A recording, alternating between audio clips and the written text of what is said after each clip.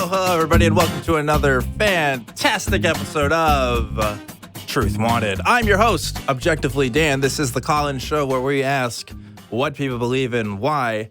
Every single week, a new guest joins me, and a guest this week, my friends, is a guest you're going to want to know.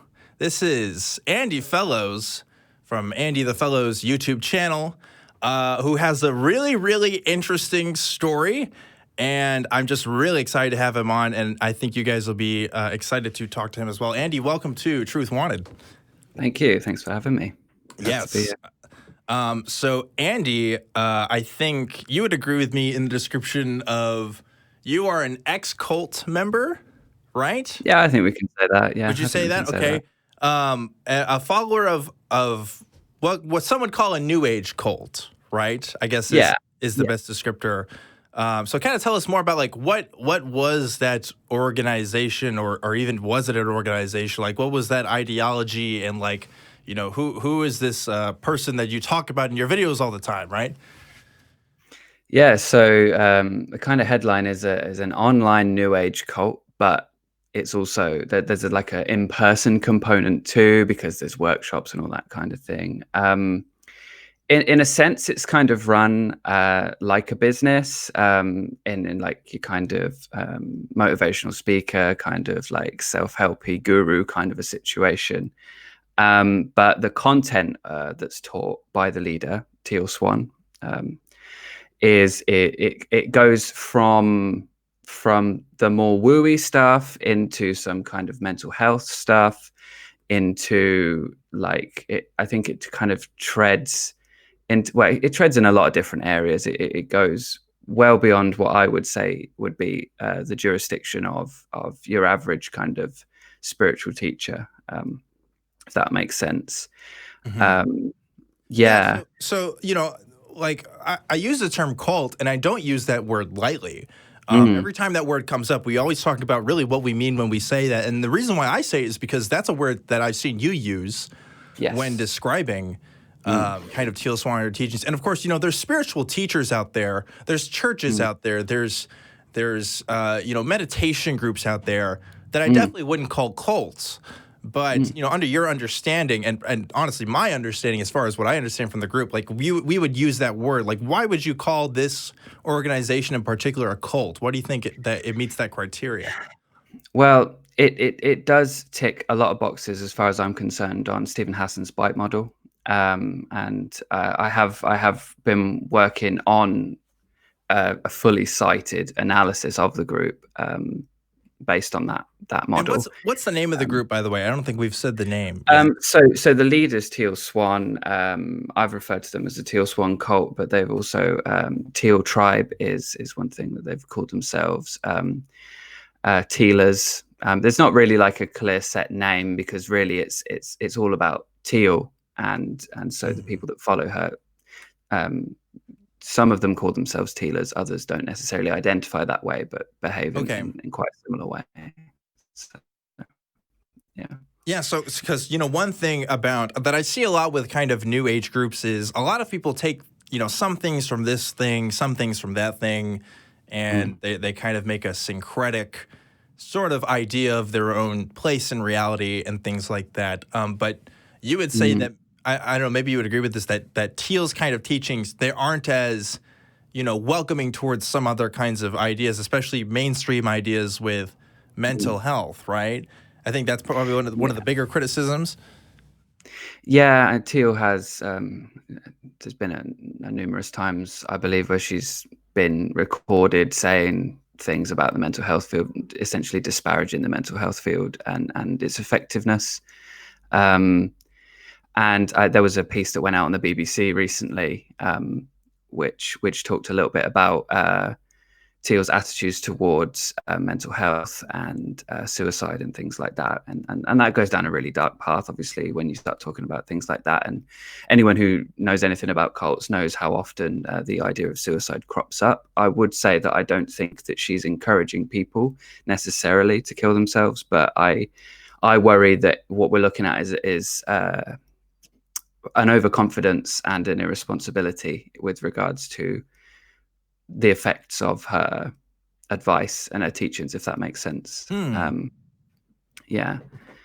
So that in terms of mental health, there's definitely some ideas there which separate, if someone is to follow those ideas, to separate them from the average person in Can you terms give of an how they're example thinking. of like maybe some of those that maybe that's enough that you feel comfortable talking about? Yeah, just generally the disparaging of the mental health field in general, saying that it doesn't help people who are suicidal and who are depressed and things like that. I'm sorry, by the way, that the cats are running around Nope, behind me at the moment. cat's They are fine. Cat's part of the running show riot. now. Yeah, I mean, anyone who watches my channel knows that they're always up to that. But yeah, But like, so I think that in terms of mental health field, it's just the general disparaging of mental health, and she talks about all sorts of different things. But what you do find with Teal is that what she'll do is she will, and I think Telltale talked about this in a recent video that he did about her, is that that she will take things that are true, that have been verified to be true, and then sprinkle other things in amongst that I believe would create a dependency on her as a leader, that would change the way that people are to behave, to act, and things like that. Followers are encouraged to do processes which are not really proper psychological processes. They're not taken through them with trained professionals who have the proper certifications. Teal herself has no certifications, and yet she encourages people to do processes like shadow work, which I did a lot when I was in there, which we can go into perhaps a bit. And then her new process called the completion process, and it's all to do with trauma, recovered memories, things like that.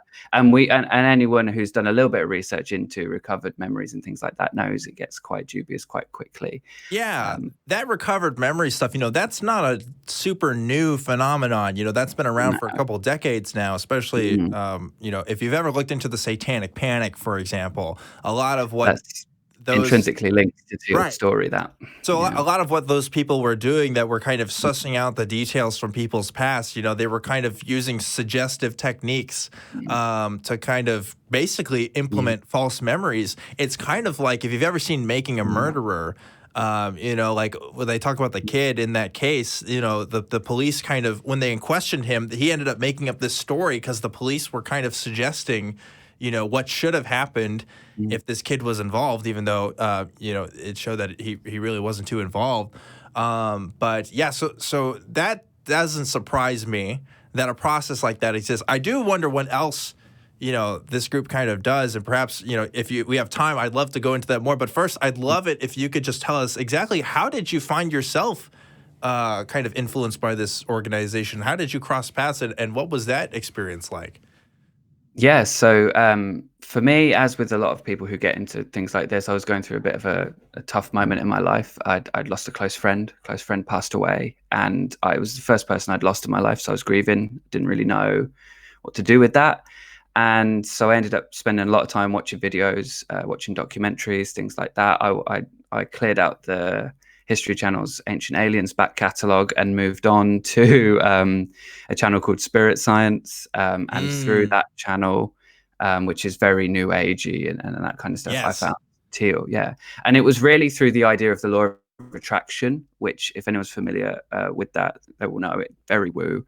The Secret, it's sometimes called, the idea that your thoughts create reality, and that, you can influence things just by believing in them and whatever. Yeah.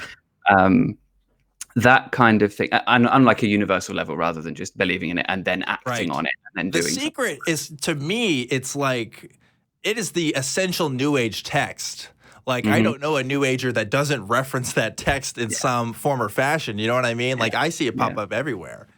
And each leader has their own spin on it. You've got like Abraham Hicks and all these kinds of people. But Teal's own spin, it gets into kind of, to use Lifton's turn of phrase, sacred science, gets into that very quickly. I mean, there's an argument definitely for the law of attraction being sacred science in and of itself. And then when you apply it to something that starts to look more like a cult, definitely ticks that box. But for me, it was the idea of the law of attraction, the idea of there being an explanation for the pain that I was going through and like the chaos and everything, like making sense of things. I felt like I came into an understanding, and listening to Teal talk about it, she seemed to understand it better than anybody I had kind of come across before.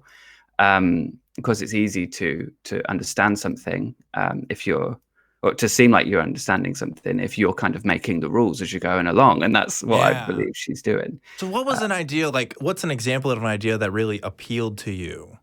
Well, I think the law of attraction in and of itself, definitely. The idea that I could influence things myself, and it was just a case of getting something in my head, like believing something, reaching a point in myself where I had no quote unquote resistance to that thing, which is a Teal thing. The whole "what you resist persists" is used quite a lot there. Okay. So that it was almost like it was a manual. You know, if I could understand this thing and I could get this thing down, then I could solve every problem, because it would extend to every problem I would come cross paths with in my life.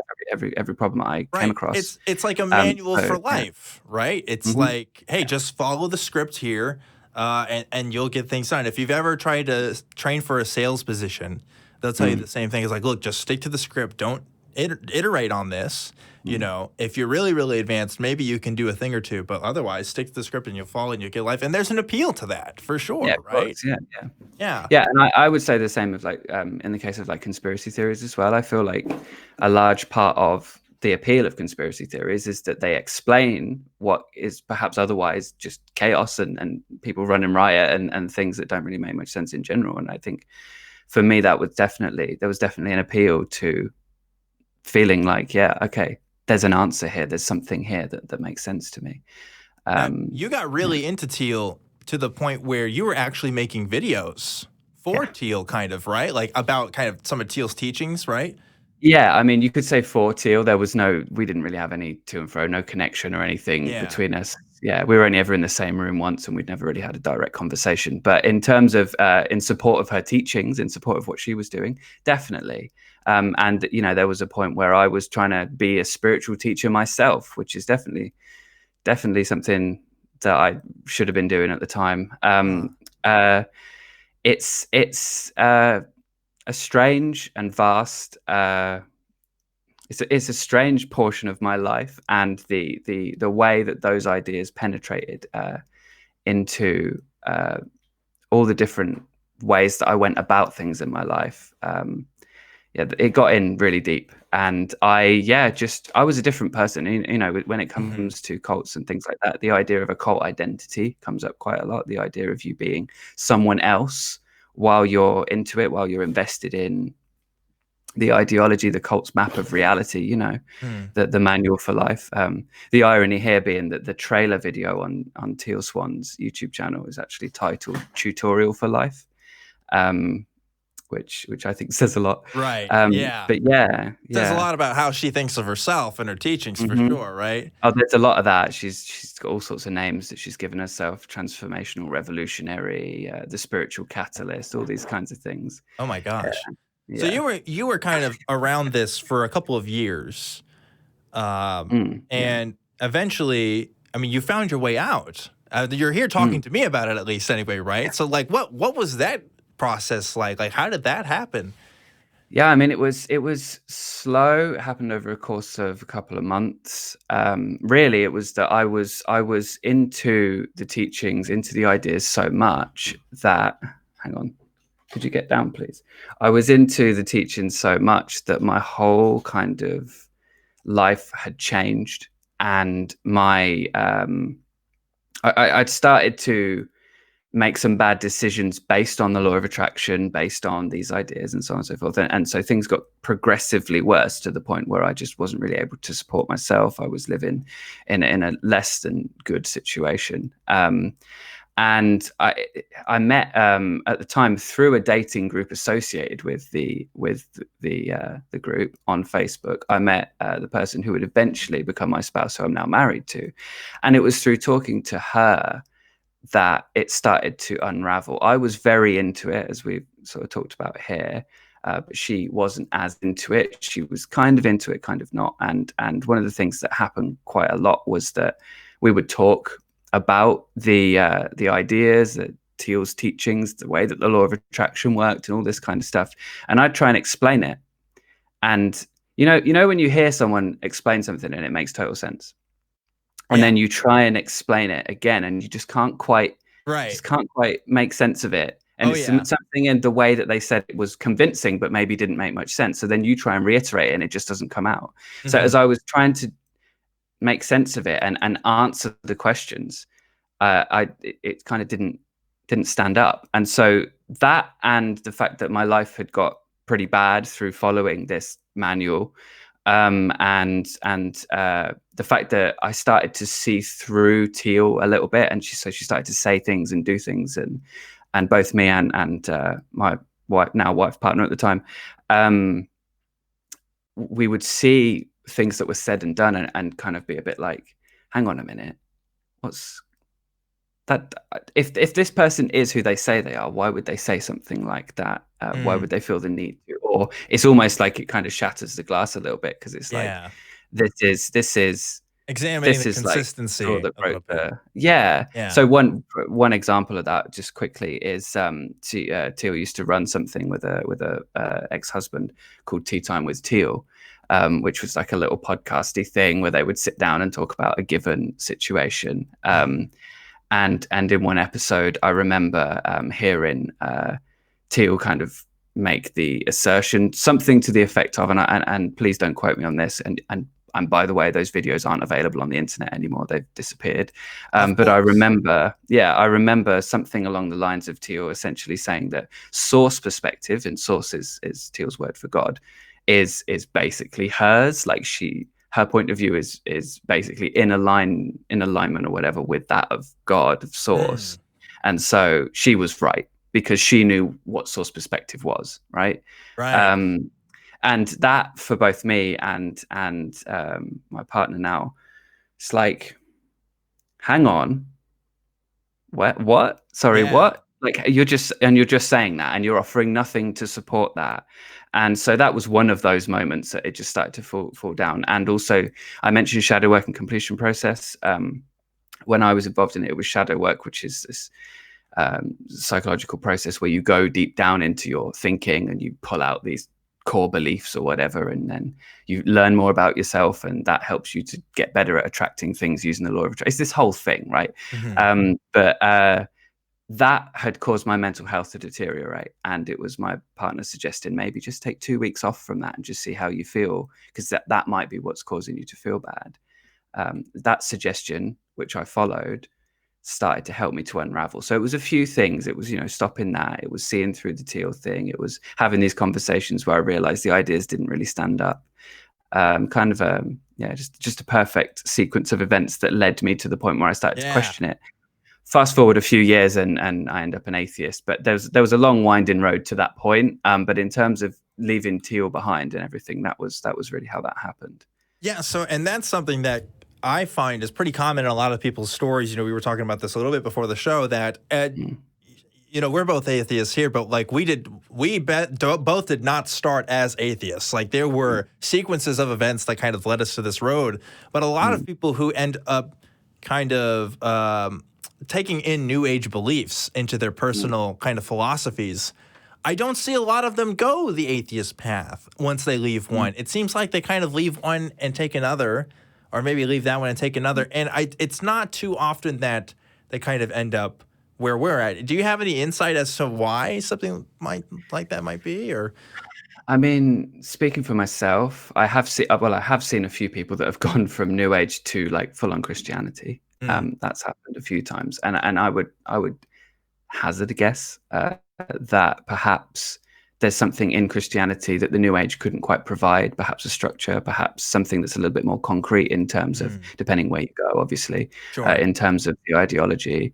But yeah, I would, and I know for me, it was really raising a bar on what I was going to accept as true and demanding a little bit more. And I wonder whether that's something that people who do come out of the New Age thing, who don't end up atheist, don't really come to. Perhaps it's maybe they just have another need that I didn't have at that moment. Like I kind of came to a point where I was like, I don't care whether it makes me happy or not. I want to know I want to realize the closest thing to what the actual truth is, if possible. That I think it's Robin Ince's the least wrong set of answers, right? I want to get to that. And when I get to that, then even if it makes me unhappy, I'm going to find a way to be happy. Whereas I do feel like there are other people who perhaps have different priorities, and to each their own. But Yeah. I yeah, think that's a great insight, because oftentimes religions and ideologies do serve to fit some sort of need in people's lives. yeah. And like I'm speaking as just a member here, of the Atheist Community of Austin. Like, yeah, I love my community here, and I like talking about the ideas here, and I get a great sense out of that. But I also think, I align with kind of what the other people around me here think. Obviously with atheism, it's a little bit different because we don't have like a book that we're going to. You know what I mean? Like we're not following the same stuff. But I desire community just like everybody else. Right. And like people wonder, why do we even talk about this stuff if we don't have those same kind of beliefs? It's like, oh, because we're people too. And I think as soon as you raise your own standard like you did and like others have, you set yourself apart a little bit because you're suddenly looking for something that the people around you may not necessarily be looking for. And that's where I think a lot of that conflict happens. I think that's why it's so hard for people to take that step. Because you're essentially trading comfort for something else. And it may not be what you want it to be, but it still happens anyway. So I'm just really glad that you are out of that now. And I'm so glad that you're speaking on the topics that you are because, hey, if something's not true, I want to know if it's true or not, right? Like I want to get people's perspective and stuff. I haven't had anybody call in saying Teal Swan is super great and I should listen to her. But I have had conversations with you, and I think I've kind of made enough of a decision from there. But if you have any questions for our guest here, Andy, tonight, please go ahead and call in at the number at the corner of the screen. We still have some lines open, folks, and we'd love to have a conversation with you. If not specifically about this, then just about whatever you were going to call about anyway before Andy showed up. But Andy, thanks again for talking to us about your experiences with Teal. Before we get into calls, I do want to know, so what are you doing with the channel now that you're kind of on the other side of things? Like, what's the scope of what you're trying to do with yourself? Well, the first thing I say is I'm talking about destructive cults, damaging norms, and just generally bad ideas. Although I typically spend a lot of my time talking about cults. And really what I want to do is create like a sort of skeptical, rational resource for people who are turning away from those kinds of ideas and looking to develop their critical thinking skills a little bit more, to find in themselves as that kind of thing we talked about there, that the desire perhaps to raise the bar on what they're willing to accept as true, to think through things a little bit more, to question things a little bit more. And really I think it's not as much exposing anything. I'm not interested in exposing anything. Or I know there's a lot of comments I get, people saying, oh, you just want to bring these people down and stuff. And really that's not my intention. It's to provide some kind of skeptical resource, just something that changes the conversation a little bit from being just accepting what people are saying or buying into something because it sounds good and saying, well, hang on, even if it sounds good, does that mean it is good? And let's sort of look under the hood, if you like, look under the bonnet a little bit and what's actually going on here. If it's true, let's talk about it, right? Like, let's figure out the ins and outs and let's be okay with that. I like that a lot. So I wish you success for your channel as you continue to grow and talk more about that stuff. But let's go ahead and get to some callers now. You ready for that? Yeah, let's do it. Cool, let's do it. I first want to go to Mimi in Australia. Hey, Mimi, you are on the air for Truth Wanted. What's up? Hi, not much. Hi, Dan. Hi, Andy. Of course you called. What's your relationship with Mimi? We're friends, yeah. Mimi's going to be on my channel next week, actually. I told them specifically not to call. Don't worry. It's a real question. Well, go ahead, Mimi. I was wondering how Teal's online cult differs from other online New Age cults like Maharishi's cult or Nityananda's or to an extent Bratzo's cult. And who have resorted to broadcasting online as well. Good question. I would like to know that as well.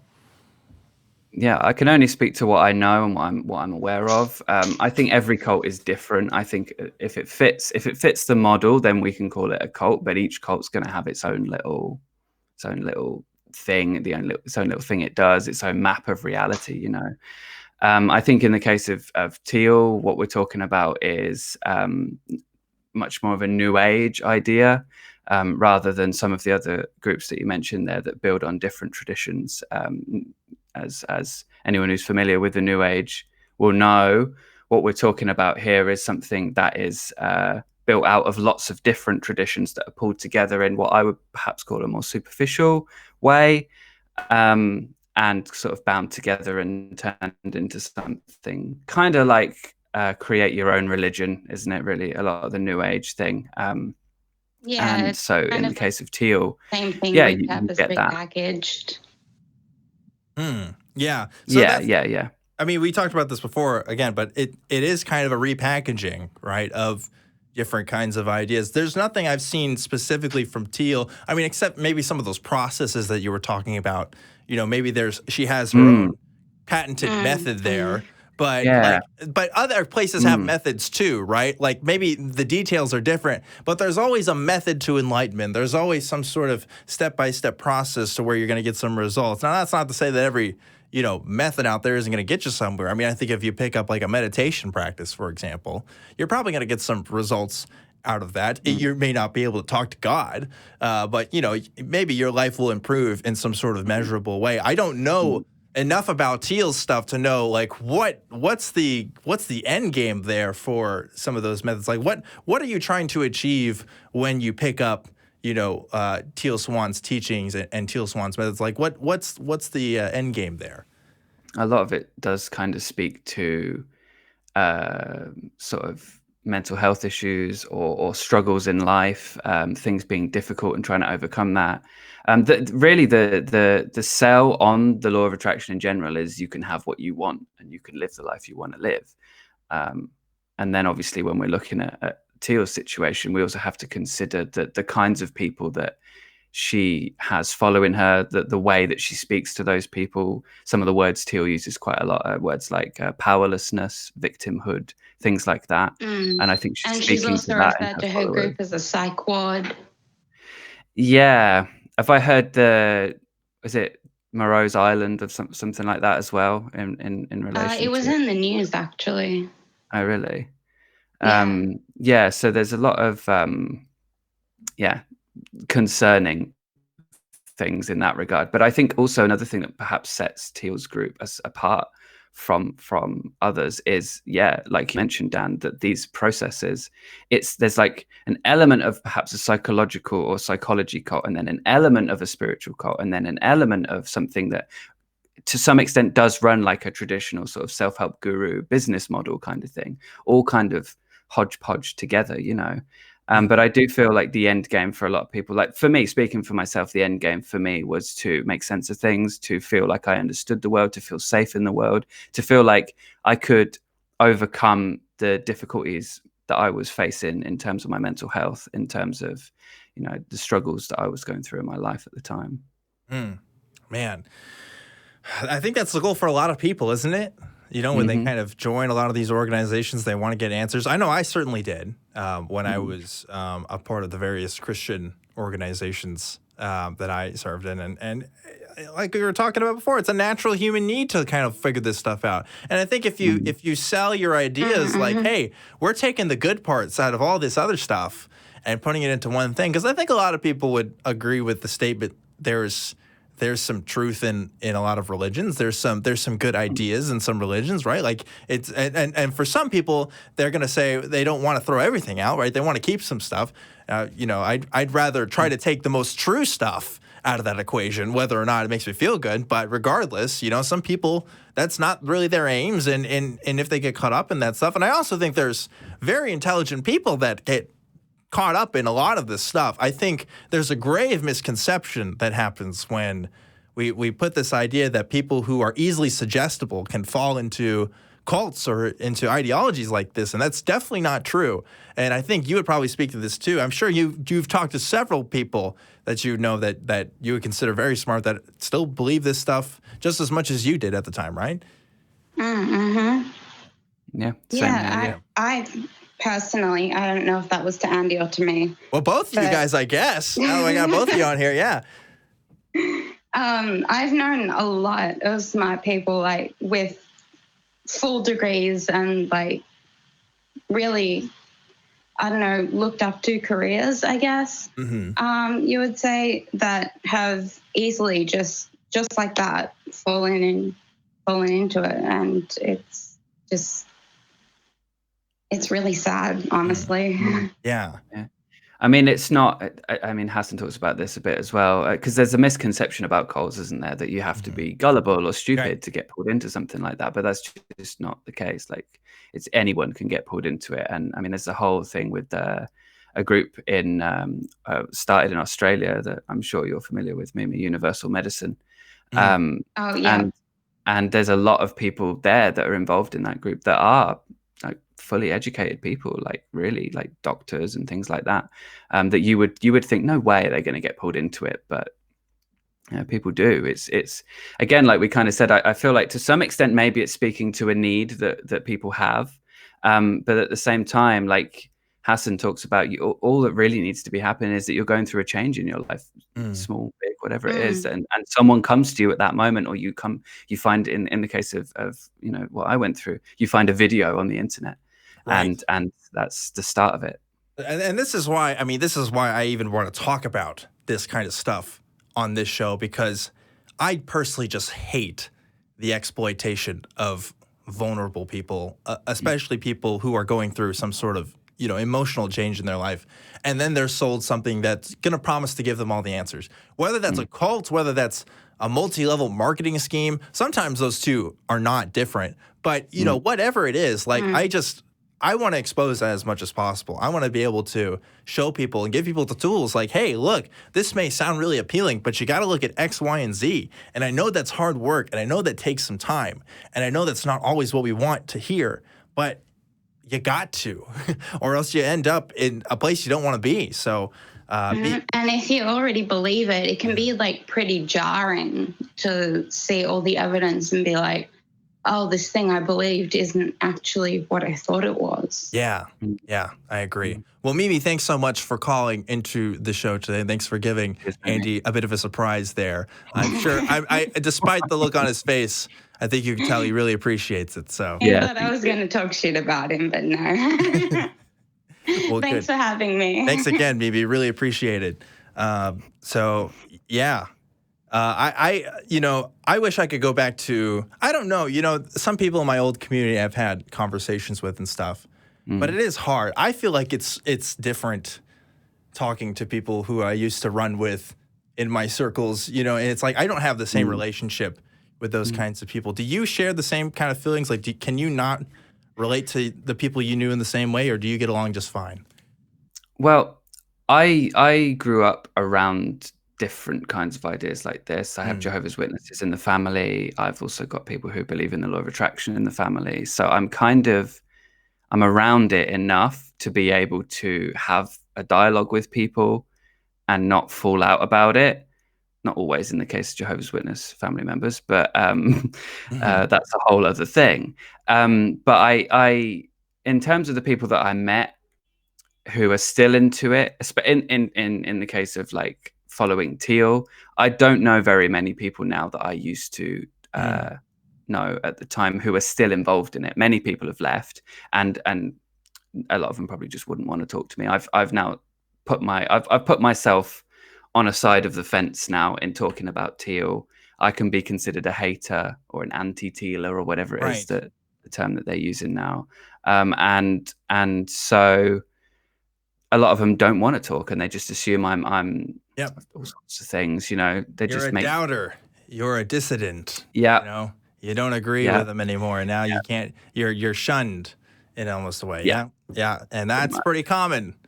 More common than what people would think. And that's the other thing too. I just, I want to get to the next call here, but just to point out, like, this isn't as obscure as people realize it is. Like, yes, it is, like, obviously not every single person you know in your life is going to be involved in something like this. But I guarantee if you look at your family or your friends, somebody in there is going to be believing in something like this. It may not be, to the degree at which maybe Andy was at, but it can be a multi-level marketing thing. It could be, some sort of thing because they're all out there. I mean, especially in the United States. But, there's just, there's these little tiny connections, and then there's these groups of people that you may not have heard of and you don't know much about. But when you look more into them, it's like, oh my gosh, this is really terrible, and so getting the word about this stuff is out there is really good too. But I do want to go to the next call here. I want to get to Ray in Mississippi. Ray's been waiting on the line here. Hey, Ray, how's it going? Great. I'm from Memphis.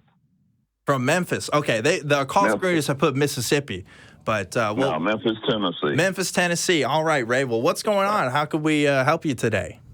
Well, I think this is like my first time listening to you guys. What is it, like an atheist program? Don't believe in God or whatever.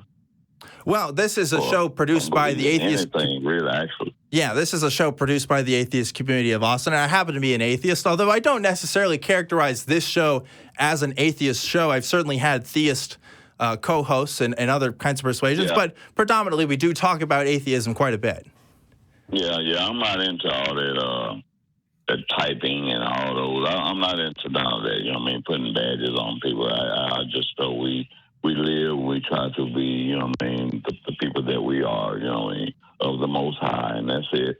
But my thing is, I'm trying to understand as adults, how can we not want there to be a higher power than us? Why do we want to just live and die? Well, hold on, Ray. Well, what hope is that? Ray, nobody says we want that to be true. Well, you must right? want to if you're not really trying to truthfully speak something higher than yourself. You don't believe there's anything higher. Well, listen, Ray. In the sky. Ray, listen. I don't have to. It doesn't matter if I want it to be true or not. If it's the truth, it's the truth, right? But everybody's truth is different. But we know what moral truth is. Because it's something that the Most High instills in every man's life. Moral truth. Even a child. Moral truth is different from the idea of a creator. I just want to put that out there real quick. Those are two separate ideas, right? No, listen, a creator has to have total moral truth and total evil. Listen, truth. Ray, if morality from the creator was put into every human being on earth, then I'd say they did a pretty bad job, because everybody has different ideas of what's morally true and what's morally correct. Well, that's when sin comes in. That's when the what comes in? Because that's when sin, S-I-N. Okay. You have a choice. He gives us a choice. That's his love. He gives us the choice. Well, that's to either live in sin morally or unmorally. Well, Ray, that's the love of the Most High. How do you know that's true? How do you know all of that is true? What's your basis for that? Because there's something that's instilled in every man. Is the idea of sin instilled in every man, Ray? I want to talk to you about this. Hold on.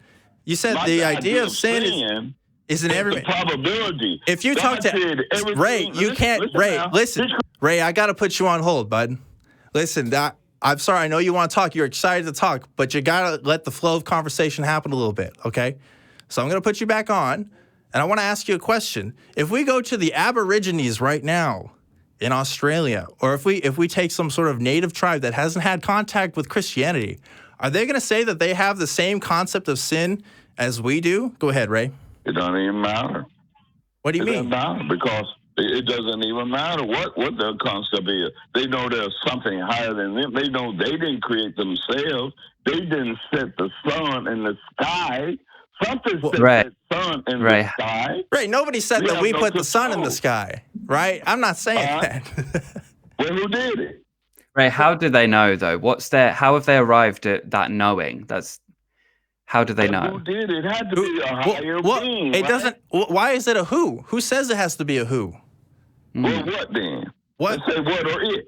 Well, we understand the sun's formation in the universe. We have astronomers who've dedicated huge parts of their lives to figure out exactly how that happened. And they have explanations. Okay, tell me. Okay, so when it came to the expansion of the universe, right? We had different parts of the universe coalesce into what we would call galaxies, right? And within those galaxies, you started to see other types of formations happen. Where did they come from? Well, where did what come from? The galaxies. The galaxies? The Big Bang. They just appeared. They came from the Big Bang. Who struck the match and made the bang? Why does it have to be a who? Again, like where's the who coming from? What if it's as everybody will argue about, something has to create something, right? Has to. Something has to create something? To. And where did the first something come from? It has to be an action. Right, let me ask you this. How do you know it's not multiple who's? What if it's a bunch of who's who started the bang? Even so. But you know what I'm saying? Like, but you're wiping out the whole, what I'm trying to say, conversation of that there's nothing that they created everything. Something created everything. Well, you know, people who talk about cosmology. Everything that could ever be created has been created. From all the galaxies to the last grain of sand, something created everything. Ray, hold on, Ray. Even our conversation was created before us. Wait, hold on. Our conversation was created before us? Right. How do you know that? Of course. Because if it or thing, as you say, can create the sun, or if they can create the sun, don't they know our emotions, and don't you think they know our minds before they created us? But Ray, I don't think a being created the sun. I think nuclear fusion happened, and the sun formed itself through natural. Come from?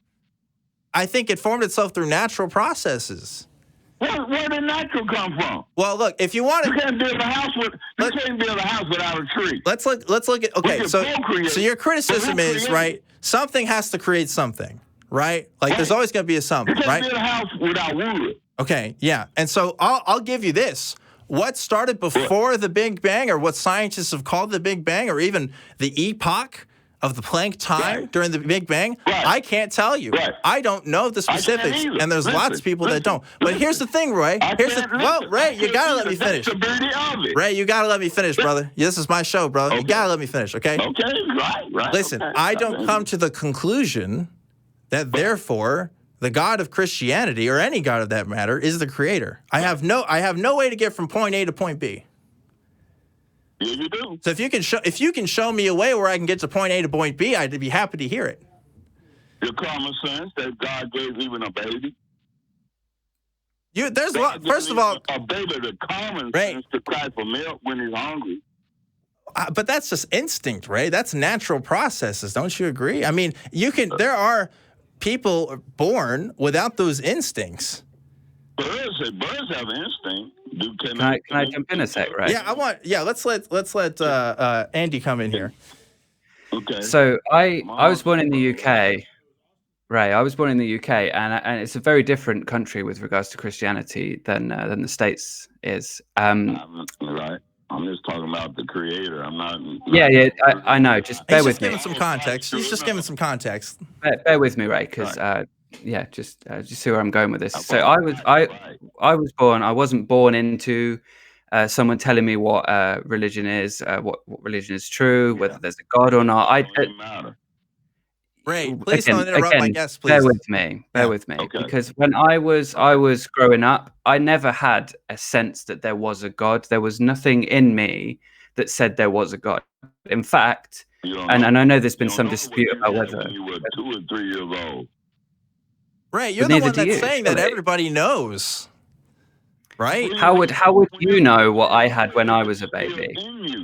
But you don't know when you were 2 or 3 years old. You have these natural processes that go through when you're 2 or 3, but you don't know what you knew when you were 2 or 3. You have no idea what you were thinking when you were 2 or 3. Can I ask you a question then? How do you know what I was thinking when I was 2 or 3 better than I do? I don't. And anybody. Then how are you so sure of this? It's called common sense. Everyone has common. Ray, common means common sense. That common. Common sense is a myth, Ray. I gotta disagree with you there. Okay, explain a myth. Listen, Explain I live in Austin, Texas. I meet people every day without common sense, just walking down these streets. Let me tell you, common sense, right, is a cultural idea, and common sense is going to differ from each country you go to, from each group of people you go to.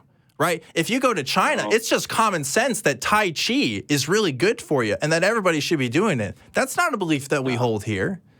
You know? Common sense. That's not common sense. Well, that's what the Chinese would call common sense. You got to understand, it's a cultural idea. And in any language or anything, in common sense is 1 + 1 is 2. That's common sense. You can't do it no other way. Everything has two That's a different sides. example, I think, of what we're talking about. With one side. Show me something with one side. Anything. Something with one side? Anything that has one side. One thing. Show me. I mean, like a Mobius strip. A who? A Mobius strip. What's that? So it's a figure in geometry that only has one side. You can look it up. I'm not making it up. A figure? What kind of figure? You right here? A geometric figure. A geometric figure, Ray. So what's on the other side of that strip? It's not. It's just one side. It's one side that connects all the way around. It has a twist in it. So Hold on, wait. Do I got paper? Somebody give me some paper. We're going to make a Mobius strip for you right here. Are you watching on the stream? Can you see me? I'll show you a Mobius strip. I was watching. I see the recording, I guess, while you're talking to. If somebody can give me some printer paper or something that we can do this, I'll show you right here. They're getting something for me. Sorry, listeners at home that are listening from the podcast, but I'm going to make a Mobius strip right here just to show you something that has one side, Ray. So you have to draw it. No. I'm gonna physically make that thing out of that paper with one side. I'm gonna do it. So you have to use paper. Well, I have to. What? I'm not allowed to use paper? What's wrong with that? I'm saying, do you have to use paper? Oh, I mean, you can, as long as you, here, look, I'll show you. It doesn't have to be paper. All right, so. I'm not watching. Oh, you're not watching. Okay. You don't have to use paper. But for viewers at home, if you want to look at this later, I'll make a Mobius strip for you right here. All you have to do is put one twist right here. You see that? I'm just making one twist here. And then if you put, in this little sheet of paper I got here, right, if you put it together, there you go. If you follow this all the way around, it makes one side. Everywhere you go. That's a Mobius strip, folks. Google Of the paper. Look. Paper just has one side. No, paper has two sides. Thank you. Yeah, but this only has one side. Ray, Google image search a Mobius strip, and you'll see what I'm talking about here. Believe me, I will. Okay. You have to use something that's anyway. invisible now. There's no such thing as an invisible one side. This has one side, dude. I don't know what else to tell you. I have it right here in my hand. It's invisible? So it's invisible. It's not invisible. I never said, we weren't talking about invisible things. We were talking. You can see it has more than one side, brother. You can't even see this right now, Ray. Ray, you can't even see this right now. How can you know? How do you know, dude? I can't. What do you mean I can't see? You had to make it. Yeah, but you said you can't even see this thing right now. And you're telling me it doesn't have one side. Anyway, Ray, I don't want to talk about this for too much longer. I do want to move on just a little bit. All right, yeah. Let's okay, so this idea of like having a creator, like, you know, the one thing, a common tactic that a lot of atheists like to say is, you know, like, well, what created the creator, right? And like, you know, we can explore that, but really, you know, I just want to put out there this idea that, you know, maybe I don't have to know the exact origins of all the universe and everything in existence, but I don't have to presuppose that a god or a being or a whatever is the source of all that. And I certainly wouldn't put down the extra tenets of that Jesus was the Son of God and that sin is a concept that's the thing, you know, because like, I mean, like certainly the Jewish people don't have those same kinds of ideas, you know, and lots of other ancient religions, you know, don't exactly explore those concepts the same way. So, you know, not to be rude, not to be rude. Can I jump in there right there? Yeah, go ahead, Ray. Go ahead. Okay, now, I like to say, I follow Christ. I truly believe in his way of life is the best that has ever been shown. Now, if I was going to walk in the shoes of anyone, it would be Christ, no one else. No one can show me what Christ has showed me and said in his word. I don't care how you try to take the Bible and dump it on and break it on his neck and all that, change certain words. It's the greatest thing ever written by men, inspired by the Most High. There's no greater way to live if you want to live that type of life. It's the greatest way, greatest one to follow. Ray, I'll tell you this. Anybody else? I'll tell you this, Ray. I was a Christian. Why do we want... Okay, listen now. I'm not talking about Christian or none of that. All right, Ray, I'll give you a few more seconds, and then I'm going to talk to you, but I'll hear you out. All right, I think so. Because if I wouldn't follow anybody, it will be his example. Okay. Nobody else. Okay. Another thing, why would we want to explain God? I don't want to explain my God. I want my God to have control of me. Because I don't have control of myself. Isn't the Bible an explanation for God? It doesn't even matter if it is or not. I thought you just said the Bible was the most important thing ever, and we should all follow it. No, I didn't say that. I said if I was going to follow anybody, it would be Christ. Christ himself. Okay. What he said and did. So you're making a separation between Christ and God. Okay. All right. I see you. Okay. If I was going to follow any man, it would be his way. Show me there is no other better way. We don't have control of anything, brother. You can't even control your own bowel movement. So how can you say that you have control and you don't have hope in anything? So why you say I could be a better person by not having Ray, you're putting a lot of words in my mouth right now. All right, I'm going to stop you here. You're putting a lot of words in my mouth. I never said not to put my hope in anything. I never said that I don't have hope or that I can't. So hope if you don't think that you can live after this. Oh, why live? Well, I mean, Ray, I've been given this life, whether or not that was from what. Let me make my point here, right? Whether that's from a being or whether it's just natural processes, I have this one life to live. And that's me. That's not something that anybody else can have. And that is a privilege. Ray, I gotta put you on hold, bud. I can't keep doing this with you, man. You can't keep interrupting me. All right. I get it. You're excited and you want to talk, but this is the last time, dude. If you want to have this conversation with me, you gotta let me say my piece. Okay? So I'm gonna put you back on here. I'm gonna finish my point. So you asking me how I can live without hope for like an afterlife. Right. And look, if the afterlife is all that I was looking forward to, then what's the point of living? Okay? If the afterlife is so great, why don't we just go there now? It doesn't make any sense. We have this life here. We can live it right now with the friends and family that I've been given. Okay? That's something special. That's something unique. That's something worth living for. Maybe you disagree with me. Maybe you don't think it's worth it. But maybe, Ray, maybe that's the result of a Christian upbringing that told you that it's not worth it unless you have Christ. Maybe there's something else out there. You keep throwing Christian in there. I'm not throwing that in there. But you're a Christian, though, right? You said you follow Christ. I didn't say I was no Christian. I said I follow Christ. You say, okay, I follow him. If you're Christian is not a religion. If you're not a Christian, then what are you? It's not a religion. I'm a Christian. Let's just say I follow Christ. Christian literally means follower of Christ. That's right. Yes. Exactly. It's not a religion. I just said you were a Christian, though. That's all I'm saying, Ray. Okay. Christian means little follower. It's anyway. I get you. I get you. Point is, Ray, there's other things to life to live for besides an afterlife. What? Here, right now, dude, doing this show every week. That's awesome. I get to do that. So you don't really want to live after this? No, I never said that. You put words in my mouth. I would say that. I'm fine. If you think someone or something created you, wouldn't you want to give honor to whatever that is that created you? Maybe, yeah. You want to? But here's the thing. I don't think that. So I don't give honor. Gratitude. You're not grateful. Maybe you're just making assertions about my character without knowing a single thing about me. Hang on, I'm going to drop this call because if you're going to come in here and call on my show and make judgments about my character, yeah, real Christian of you, bud. Yeah, I really appreciate that. Christian. Oh, yeah, he's not a Christian, I guess. Look, this is the worst part. This is the worst part of when I was a part of that religion, was that right there. because now we've created a hierarchy. Now I'm not a follower of God or Christ or wherever he wants to put it, and that means I'm not grateful.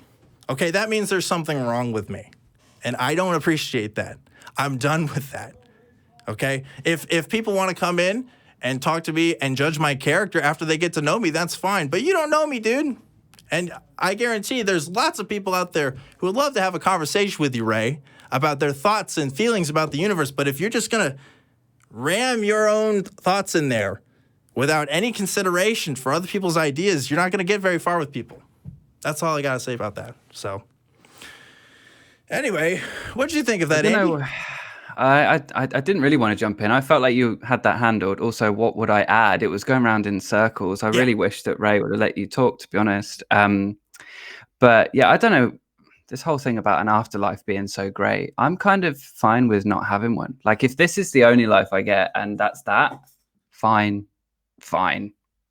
I feel like the afterlife would be a lot of hassle, especially if it's the Christian version. A lot of rules and stuff as well, you know? Well, yeah, I mean, I still stand by my earlier point of, again, if the afterlife is the goal, if that's like the best thing to look forward to, then why not just have it now? Like, what's the point of living here? If this is some arbitrary test, it can't just be a test, right? Because God would already know if we passed or failed. So there's no point in that either. I mean, maybe some would say it's worth us having the experience of living, but once you get to the afterlife, it seems like a null point, you know? And as well, when you see people that are prepared to just be like nasty with people in this life because they think that that serves some greater purpose, it's like, I don't need. Come on. That's another thing too. I think I was taught, and maybe you were taught this, that you needed a quote unquote greater purpose. Just period. That you needed that. That was something that you have to be happy. I don't think you have to have that to be happy. I'm actually happier since I've become an atheist, and I would say that I had what you could describe as like a sense of spiritual longing, of spiritual emptiness, of some existential whatever hole in me. That was there when I was into spirituality, when I was looking for answers, when I was looking for a God. I'm not looking for that anymore, and I don't have that anymore. Yeah, that's my experience. I don't need that for myself anymore either. I thought I needed that. But, you know, like I was saying, doing this show gives me a lot of joy. Seeing my friends and family gives me a lot of joy. And why can't that be enough? I just think get on with it. Just get on with it. Make a good life. Enjoy yourself. If there is an afterlife and you don't know it was there and you weren't given good enough evidence. I can't change the fact whether or not there's an afterlife. I can't change really the fact that I'm going to die. Maybe one day we'll have some sort of medical science that'll preserve us forever. But I don't, like right now that's out of my control. I don't really have much of a hand in that. So just got to live the life that you have. Such a big deal out of it though, don't we? We're always like, oh, so important. Right. But anyway, Ray, two things for you. One, look up what a Mobius strip is. And two, if you want to have a conversation with me again, I need you to reconsider your values a little bit and what you want to get out of this conversation, because you're not going to come here and belittle me or my guests or anybody else with that kind of judgment. Okay. I don't judge you. I don't think any less of you. I think you're someone who is brought up with certain kinds of beliefs and you want to share those beliefs because that's what you were taught to do. But if you want to engage with me human to human, you've got to approach me on that level. Otherwise, how are we going to get anywhere? Anyway, let's go ahead and go to our next call. Let's go to Maurice in Mobile, Alabama. Maurice, what is up? Hey, Dan, Andy, how y'all doing? Doing all right. Good, thank you. How you doing? My reason for calling, last week I was watching the impeachment hearings on MSNBC, and when Chief Justice John Roberts and the chaplain was in front of the camera, and the chaplain was opening up with prayer, John Roberts, I saw him, he'd open his eyes and look side to side. You could clearly see that he was opening his eyes and looking around. And I found that very amusing, and I would like to know what you thought of that. What do you think was going on there? So I didn't see this particular thing happen. Honestly, it's hard not to avoid some of that kind of news. But it's obviously, with the results of that, it's been hard to think about. But with Justice John Roberts, I'm not super familiar with his history with religion. I know that he's had some kind of interesting takes here and there when it comes to some of his decisions, but I don't know. I think I don't know. I know some pretty dedicated Christians that'll still look side to side when they pray. I don't know if that necessarily means anything about his religious devotion. Maybe it's a tell, but I don't have enough information to kind of make any headway with that here or there. What do you think about that, Andy? I don't know if you've seen what he's talking about here either, but I haven't. No, I know that when I was younger and I was at school and we used to pray, I would open my eyes, and me and usually one other person would clock eyes across the room, and it would be an unspoken knowing that we weren't that into it. I can't speak for the person you're talking about, but I know that for me, I wasn't that into it. I think that was a tell for me. Also, yawning when we sang hymns was a tell for me.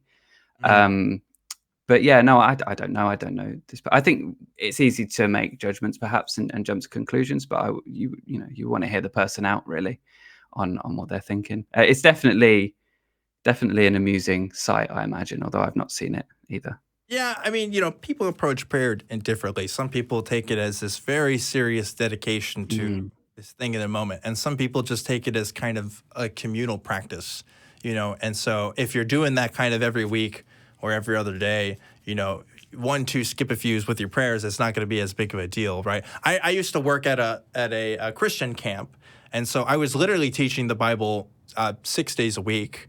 And it was, we prayed after each Bible session, and, we teach the kids these different kinds of messages and things. And so, like, when you get used to it in that sense, I don't know, like, it was just an everyday thing for me. Like, I didn't think 2 second thoughts about it, right? It was just kind of there. And so, like, the idea of somebody looking, I don't know, a little away from prayer. Like, people did that all the time at the place we were at because we were doing that stuff every day. So I don't know if you're in an environment like that where that's kind of the norm, it becomes less of a hassle if you decide to do something like that. But yeah, I don't know. What do you think, Maurice? Do you think it's a tell for something? Well, I think it's disrespectful. If he calls himself a Christian, be looking around while the prayer is going on. But it makes me think that maybe he's not a Christian. I don't know. Maybe. I imagine when it comes to like the Supreme Court members, they have a bit more consideration. I think people with legal studies have interesting backgrounds with religion, actually. I think there's an interesting correlation. I mean, I certainly know a lot of people who are atheists that also study law. I think there's like a high correlation there. I don't know. That's just anecdotal. That doesn't mean anything. Maybe there's lots of Christian lawyers out there. I don't know. But I feel like if you have that devote enough study to law, then you're going to study a lot of arguments and you're going to study a lot of like logical conclusions and stuff. And that might make you think twice about certain kind of religious, religious assertions, shall we say. So yeah, there could be something there to it. I don't know. But again, I don't know his entire religious history to say something one way or the other. Well, I've been a fan of Atheist Experience for a long time, probably for 5 or 6 years now, and a fan of your show and also Talk Heathen. And I just wanted to say that, but also one other thing I would like to say is that, these Christians that call in and say they believe because of faith, I would just like for them to admit that they believe because they want it to be true. Yeah. And that is the truth. I think that's true for a lot of people. I can't say the same for everybody. I think there are Christians who are convinced that they have a logical argument to their belief, and that if you follow X, Y, and Z, you're going to get to the same conclusions they do. But I think for a lot of people, yeah, it's just what they want. But Maurice, before we kind of let you go here, I want to know what's your favorite ACA show and why is it Truth Wanted? I think you have a really good show, and Talk Heathen is good too, and of course I like the Atheist Experience, but it's hard to pick a favorite show. You have different shows. That's okay. Correct answer. Correct answer.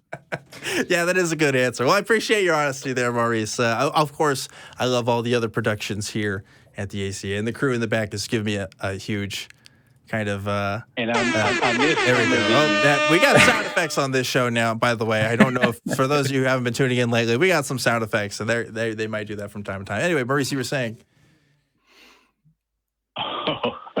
It kind of threw me off. I also wanted to say that I missed some of the co-hosts that used to be on the show, and I'd like to see them back on. On this show? Or well, not on this show, on the Atheist Experience. Ah, okay. People like Jen Peoples and Tracy. Well, I'll tell you this. That's outside of my jurisdiction. I kind of just run the whole Truth Wanted thing here. But at least with this show, I try to get in new people every single week. Seems to be working out pretty good so far. And I'm pretty happy with that. So anyway, we do want to let you go here, Maurice. But thanks again for calling in. And I hope to hear from you again soon. Well, sweet. Awesome. And again, I do mean it when I say I love all the shows here, okay? You don't have to say that Truth Wanted is your favorite, even though I know in your heart. It's just common sense, really. It's written, it's inscribed on your heart. It's inscribed in your heart. The moment you're born, you just know it's common sense. It's common sense. If you pick anybody in the world, you're going to have it. But not when you're 2 or 3. You don't know what's going on when you're 2 or 3. Anyway, we do have... Unless you're Ray. Right, unless you're Ray. But...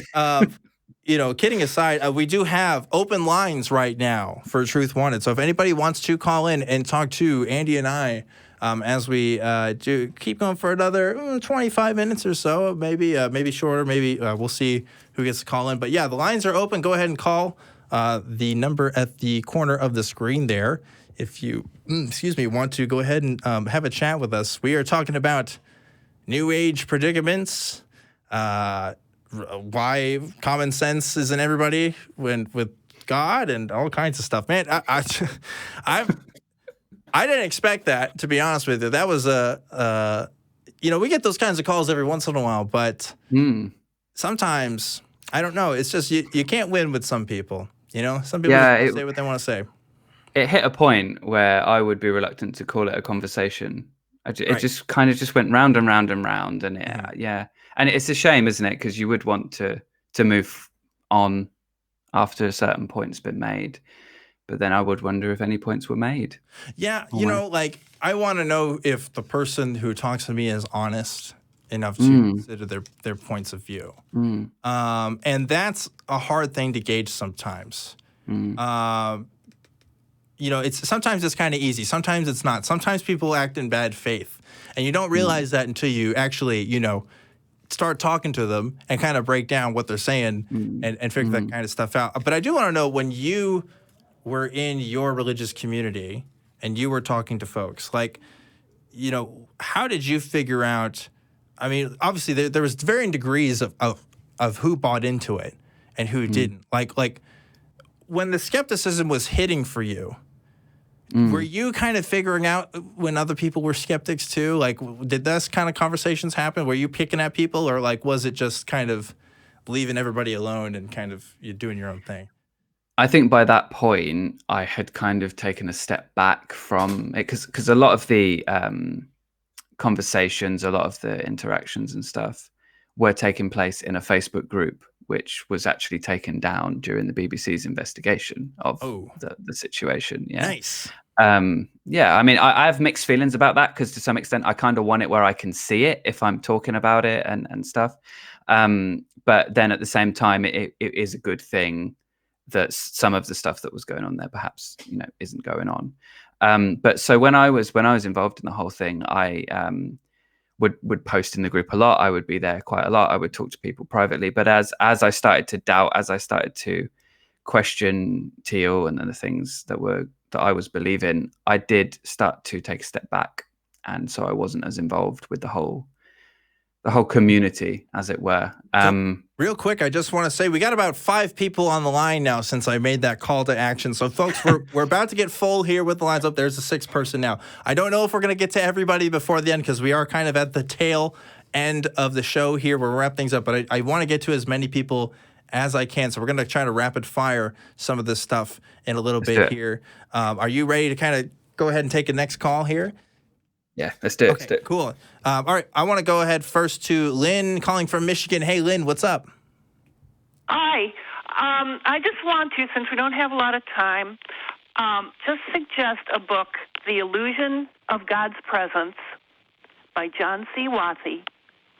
And he says, he's a neurologist, neuroscientist, and according to him, that we are kind of inborn with a sense of God, or rather a mental template for mother, and that pretty much all higher animals have it. It goes back pretty far in our evolution. So like a baby kitten will look for something big and furry with a nipple on it. And a puppy, most mammals, that's the way they are.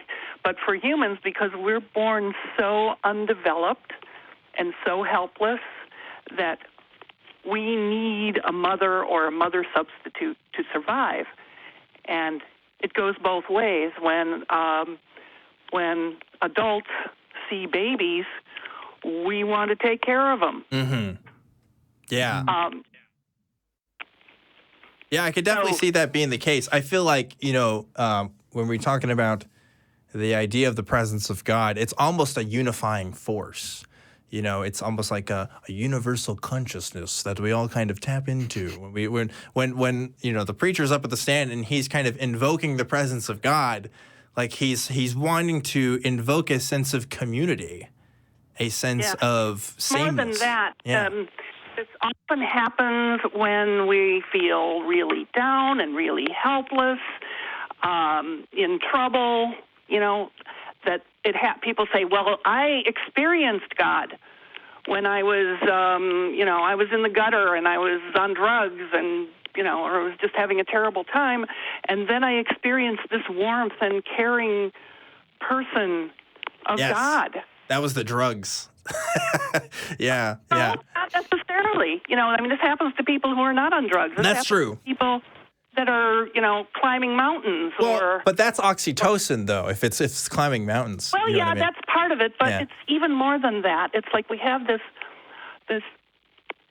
you could say, mother-shaped hole in our brain. Our brains are really set up to see things a certain way. Mm-hmm. Like when we see an optical illusion, we see optical illusions. We can see twins that are vastly different sizes. Right. Our eyes are kind of fucked up, and we don't, because they evolved from fucking underwater fish eyes, right? And they don't really work. No, it's not just that. It's that our brains have to put things together. Yeah. It all happens in our brain. We don't actually see what's out there. We have to figure it out. And one of the things we have is, like I said, when we're infants, we have to respond to a mother. Yes. When mother picks us up, we have to look for food. Yes. That's how we survive. And the same it goes way back in our evolution. Mm-hmm. Although I would, obviously you're not making this point, Lynn, but there are people who would say, well, because we have this kind of sense of it, therefore we need a sense of God in our lives. That's a requirement for living. And obviously, I think you would probably agree with me, that's not the case, right? We don't necessarily need that. No, I don't think that's the case. That is what a lot of people say. Yeah. And they say, they call it the God-shaped hole. Right. And all of that.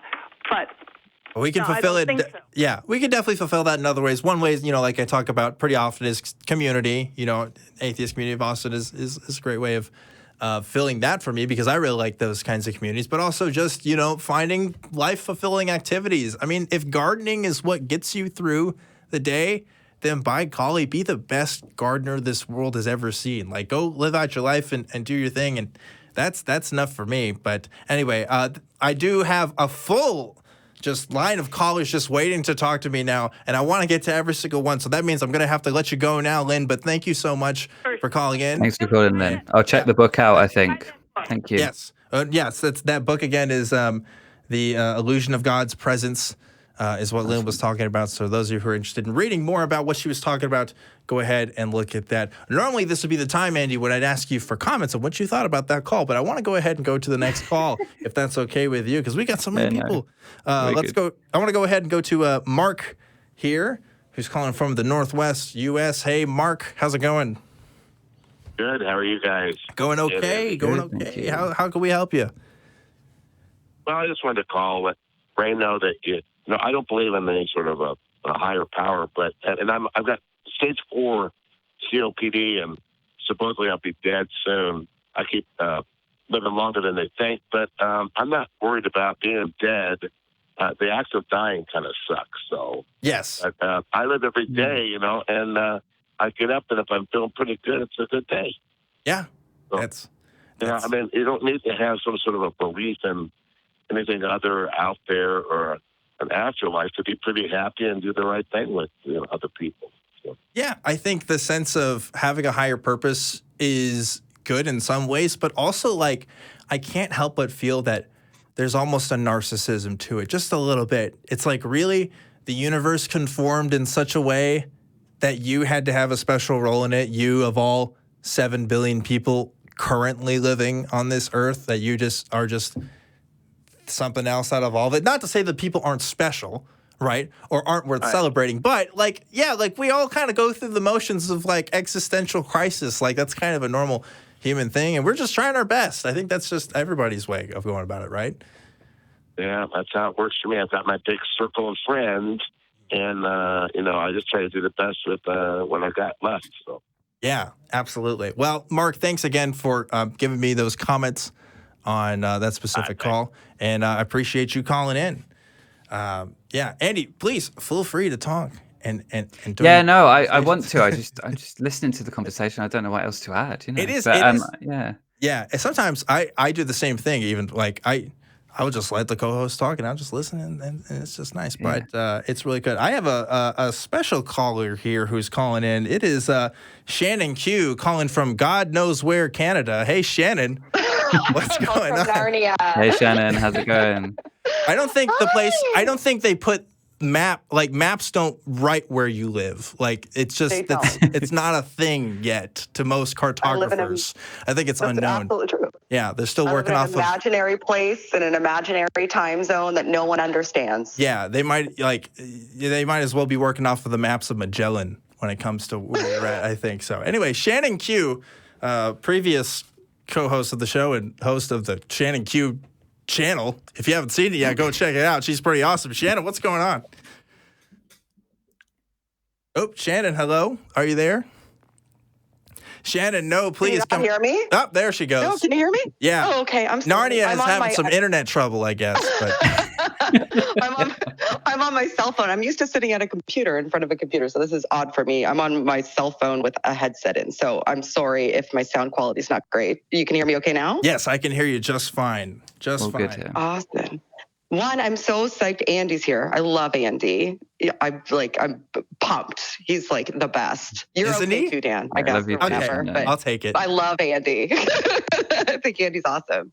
But I wanted to ask you guys a couple of questions. Well, I'll ask one. I won't monopolize. One, I was freaking out when she was talking about visual processing. I was like trying to yell through the phone. I was like, oh, I love visual processing. Visual processing is really, really fascinating, but I wasn't there to answer, so that's really not my place to go into it. But I wanted to talk to you guys about your perspectives on community building and, positive activism and what you think would be a good trajectory for, us as a community of communicators. And one of the reasons I love this show is because you meet people where they are.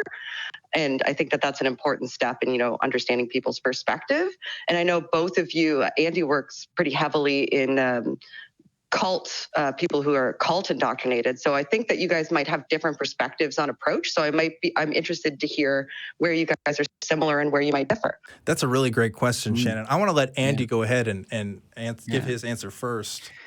Yeah. So from my point of view, in terms of, as you say, they're talking about people who have been indoctrinated. I think if we're talking about the prospect of building a community of like-minded people who have come from different places, and for instance, talking about atheism and skeptic community and things like that, when we're talking about people who have been indoctrinated or have come from a cult situation, it can be hard, and I'm kind of speaking from personal experience here, it can be hard to join in with even with a dialogue like this. It's difficult to know what to say and to have that sense of I guess, identity especially when we're talking about people who have been in had a cult identity situation happen where they've lost themselves and they've had to try and figure out who they are again after it.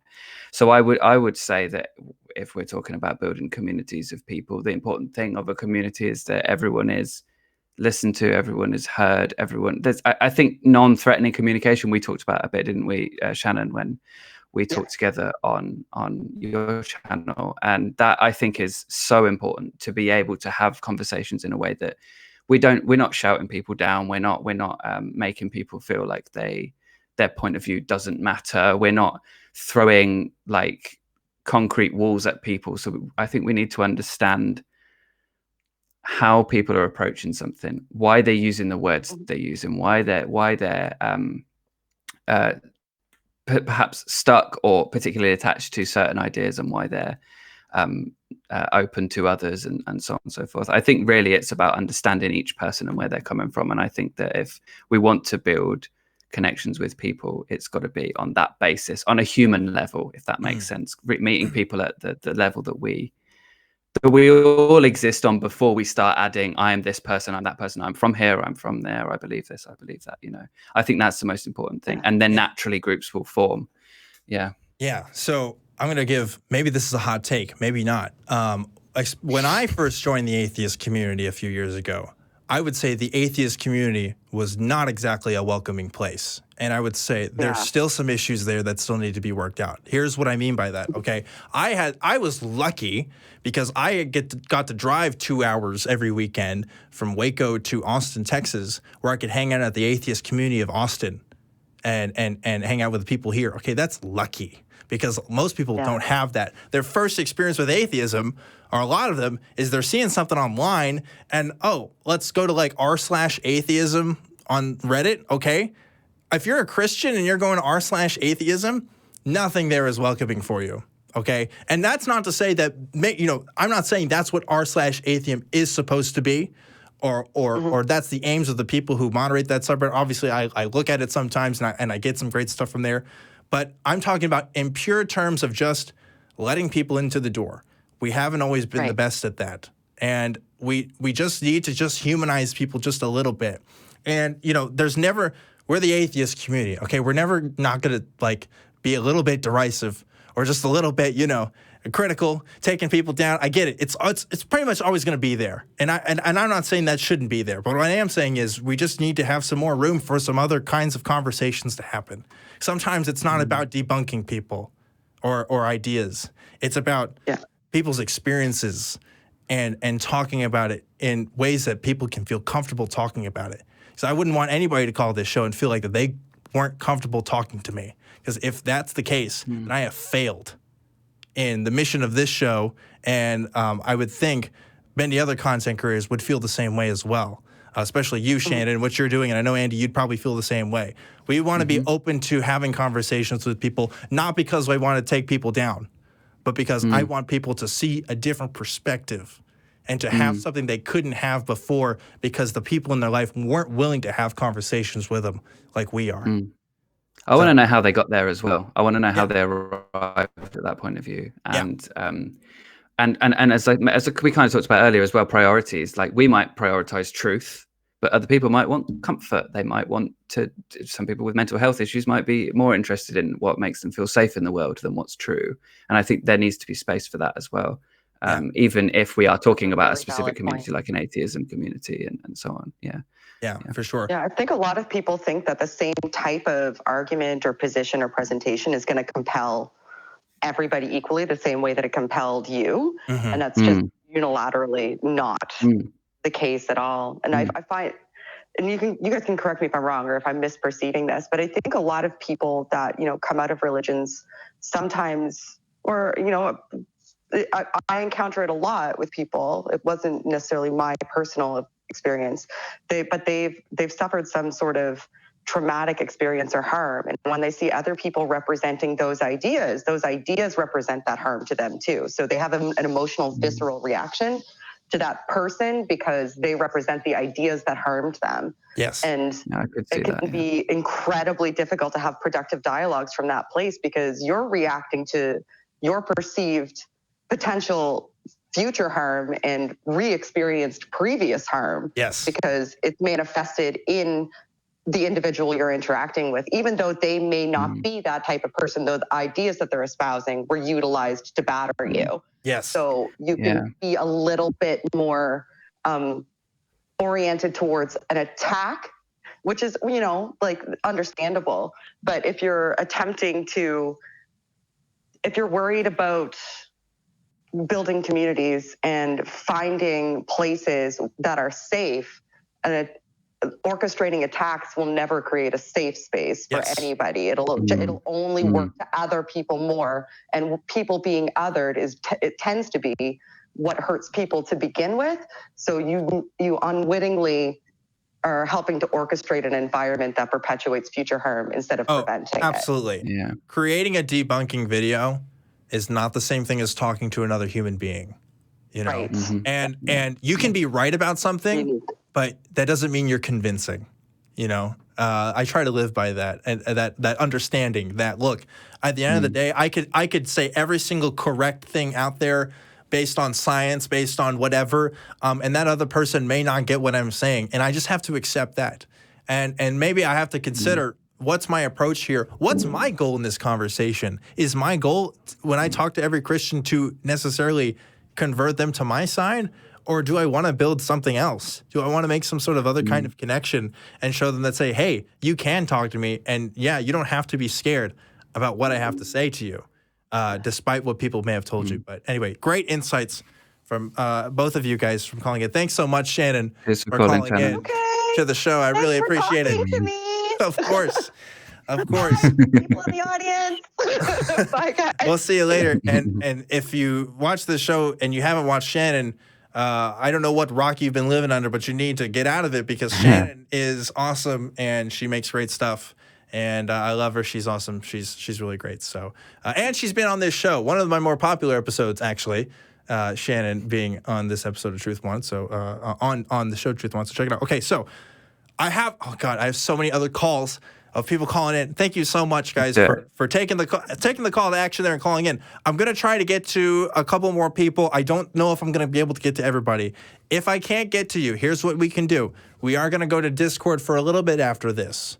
So if you want to follow in the chat or follow in the description for that Discord, and you might be able to answer your question there if we don't get it to the show. Otherwise, you can call in next week. And we'd be happy to talk to you about whatever you want to talk about. But first, you know, I want to get to the stuff that's most pertinent to really to Andy's experience as well. I want to get to Ashley here calling from Frisco, Texas. Hey, Ashley, you're live on Truth Wanted. What's up? Hey, Ashley. Hey. How's it going? I'm happy to be on. Cool. Oh, it's going good. I'm having a good Friday night. Yes, that is awesome. Well, I see that you wanted to talk to us about the MLM Young Living, right? Yeah, I did. Okay. So tell me about that. So I have an aunt that actually sells for Young Living. And I'm honestly convinced that it's kind of cultish. And honestly, I don't think MLMs at all are good. I think they just take advantage of people. But particularly Young Living has such a background of like scandal with their like founder, Gary Young. He used to pretend that he was a doctor, and he actually like killed a baby by like birthing it in water and like holding it underwater for a long time. And like he was just like a really, really like fucked up dude. Yikes. Like I just want to, yeah, right? You don't get any good positive outlooks on life from that kind of experience. I think, I don't know, maybe that's not true, but like I can't imagine, right? Yeah. It's just really Can I just pick up on something you said there, Ashley? You said that MLM sound that this MLM seems cult-like. Stephen Hassan, cult expert, has made mention before. I believe that his bite model applies to many different kinds of groups, and MLMs are just one of the kinds that fit that. Political groups as well, all sorts of kind of groups can fit the model. And really, I think something Chris Shelton said, I hope I'm not misquoting this, I probably am when I'm saying it, but at its heart, a cult is an abusive relationship. And really, that's what I think we're looking at when we do look at a lot of MLMs there. I'm not like as clued in on all the specifics of Young Living as perhaps I should be. Obviously, what you said there is troubling. But yeah, no, it's it doesn't surprise me to hear you say that, and I think you're probably on the right track with that. If you're not familiar with Stephen Hassan's BITE model, BITE, you can Google that and have a look at that.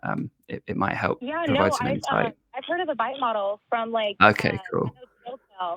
Yeah, he does a lot. Yeah. Okay. Perfect. Yeah. Yeah. So I honestly, Ashley, if I hear it's an MLM, I am actually going to make the assumption that it's a cult before I'm going to make the assumption that it's not. You know what I mean? Like there's so many examples out there. And it's not always going to be a cult in the traditional sense, but there is going to be, I'm going to call it like a workplace abuse of a kind of environment if we're talking about people's working spaces, because there are ideas that are put into people's heads to make them work harder for goals that are just not realistic for them to achieve. If you go on, like, there's a great subreddit called Anti-MLM that gives a lot of great examples of different kinds of cults. Of course, Young Living is one of the most talked about ones on there as far as the kinds of activities and stunts that they try to pull. And it's incredibly exploitative. The model is built on exploitation. I mean, like, there's a reason why you are probably going to get a message from someone in Young Living that I might not, because there's a target demographic they're shooting for, and just like Andy was saying earlier, a lot of these kinds of groups especially want to take advantage of people's emotional turmoil or changes in life where they're going to be the most open to exploitation. And that's where you find people who join MLMs too. People usually do not join MLMs when things are going absolutely fantastic in their lives. I'm not saying that's the case for everybody, but I know several people who get MLMs because they're hard on their luck. And this sounds like a good way to make cash. And maybe this is a way for them to feel a sense of self-respect because they, quote unquote, own their own business and they do all these things. So yeah, unfortunately, I'm sorry for your aunt. But if I was to have a conversation with her about it, I would be very stark and be very frank and say, look, these are people's experiences. And this isn't just people writing because they got burned out from a bad company. This is really bad. This is court level cases bad, so. Yeah, no. I always say with that kind of thing, Ashley, try to protect your relationship with your aunt. Talk to her, connect with her on things that aren't Young Living. Maintain that, and maybe don't just go in all guns blazing saying it's a cult. Just maybe learn about other groups that are similar and talk to her about that. Yeah. No, I've actually talked to her and she just doesn't believe the information. Like, she just says that it's all lies and fake news, quote unquote. Yeah, there is that aspect to it as well. I guess it's one of those things you just kind of hope that they see through it sooner or later, and you just stick it out and be there. I guess. Ashley, exactly. Hopefully. I bet there's enough people who are involved in Young Living out there that they're ex-members that will probably be willing to sit down and have a conversation with your aunt. If they're willing. I'm serious. Like sometimes that kind of stuff can really wake people up.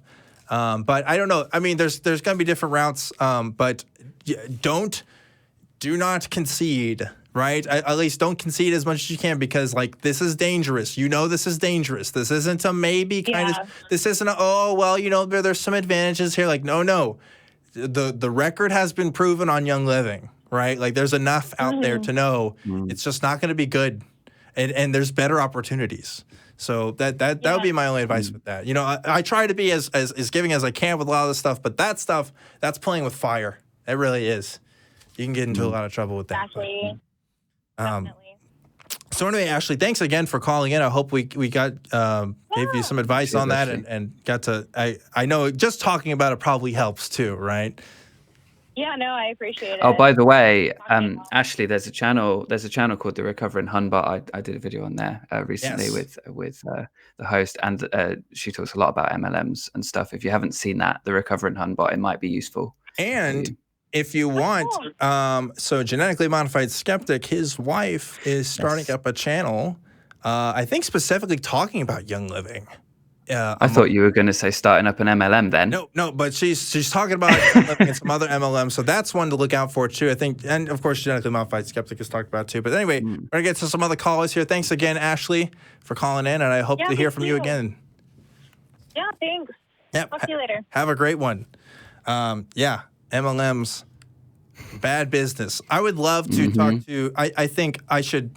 If there's any ex-MLM members that are interested in talking about their experiences on this program, I would love to have you on. So, email at truth@atheist-community.org. I'd love to see some people's experiences with that, and maybe we can make a whole show out of it. We'll see. Okay, again, just going through the calls here, just trying to clear out this list. I want to get to Andre calling in from the Bahamas. Hey, Andre, I don't think I've gotten a call from the Bahamas, so you're my first one. What's up? Hey guys, I'm happy to be the first, I guess. Cool. So what did you want to talk about? All right, yeah, so this is the question. Do you guys think that it's ever appropriate at one point, as an atheist living in the Bahamas, to just say, okay, that's enough. I probably shouldn't be here anymore and just give up on my home country because of the way that they operate? Ooh, that's a tough one. I'll give an answer first, so that I want to hear Andy's thoughts. I never lived in the Bahamas, but I do hear stories about the Bahamas. And when it comes to, I hear horror stories about LGBT communities in the Bahamas. Yeah. I hear horror stories about, different religious fundamentalists in the Bahamas kind of doing some crazy stuff, especially some of the more nefarious kind of give me all your money kind of churches kind of stemming from there as well. So I don't know, Andre. I think here's something to consider. You could be the catalyst for change in your community if you choose to stay there. And I know that's an unfair burden to place on you because it shouldn't be anybody's job to do it. But by golly, someone's going to have to do it eventually. And if you want to do that, I think that's a noble goal.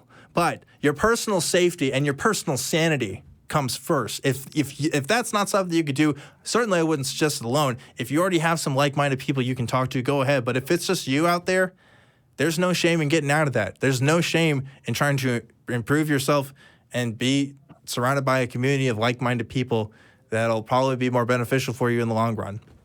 So that's my 2 cents. What do you think, Andy?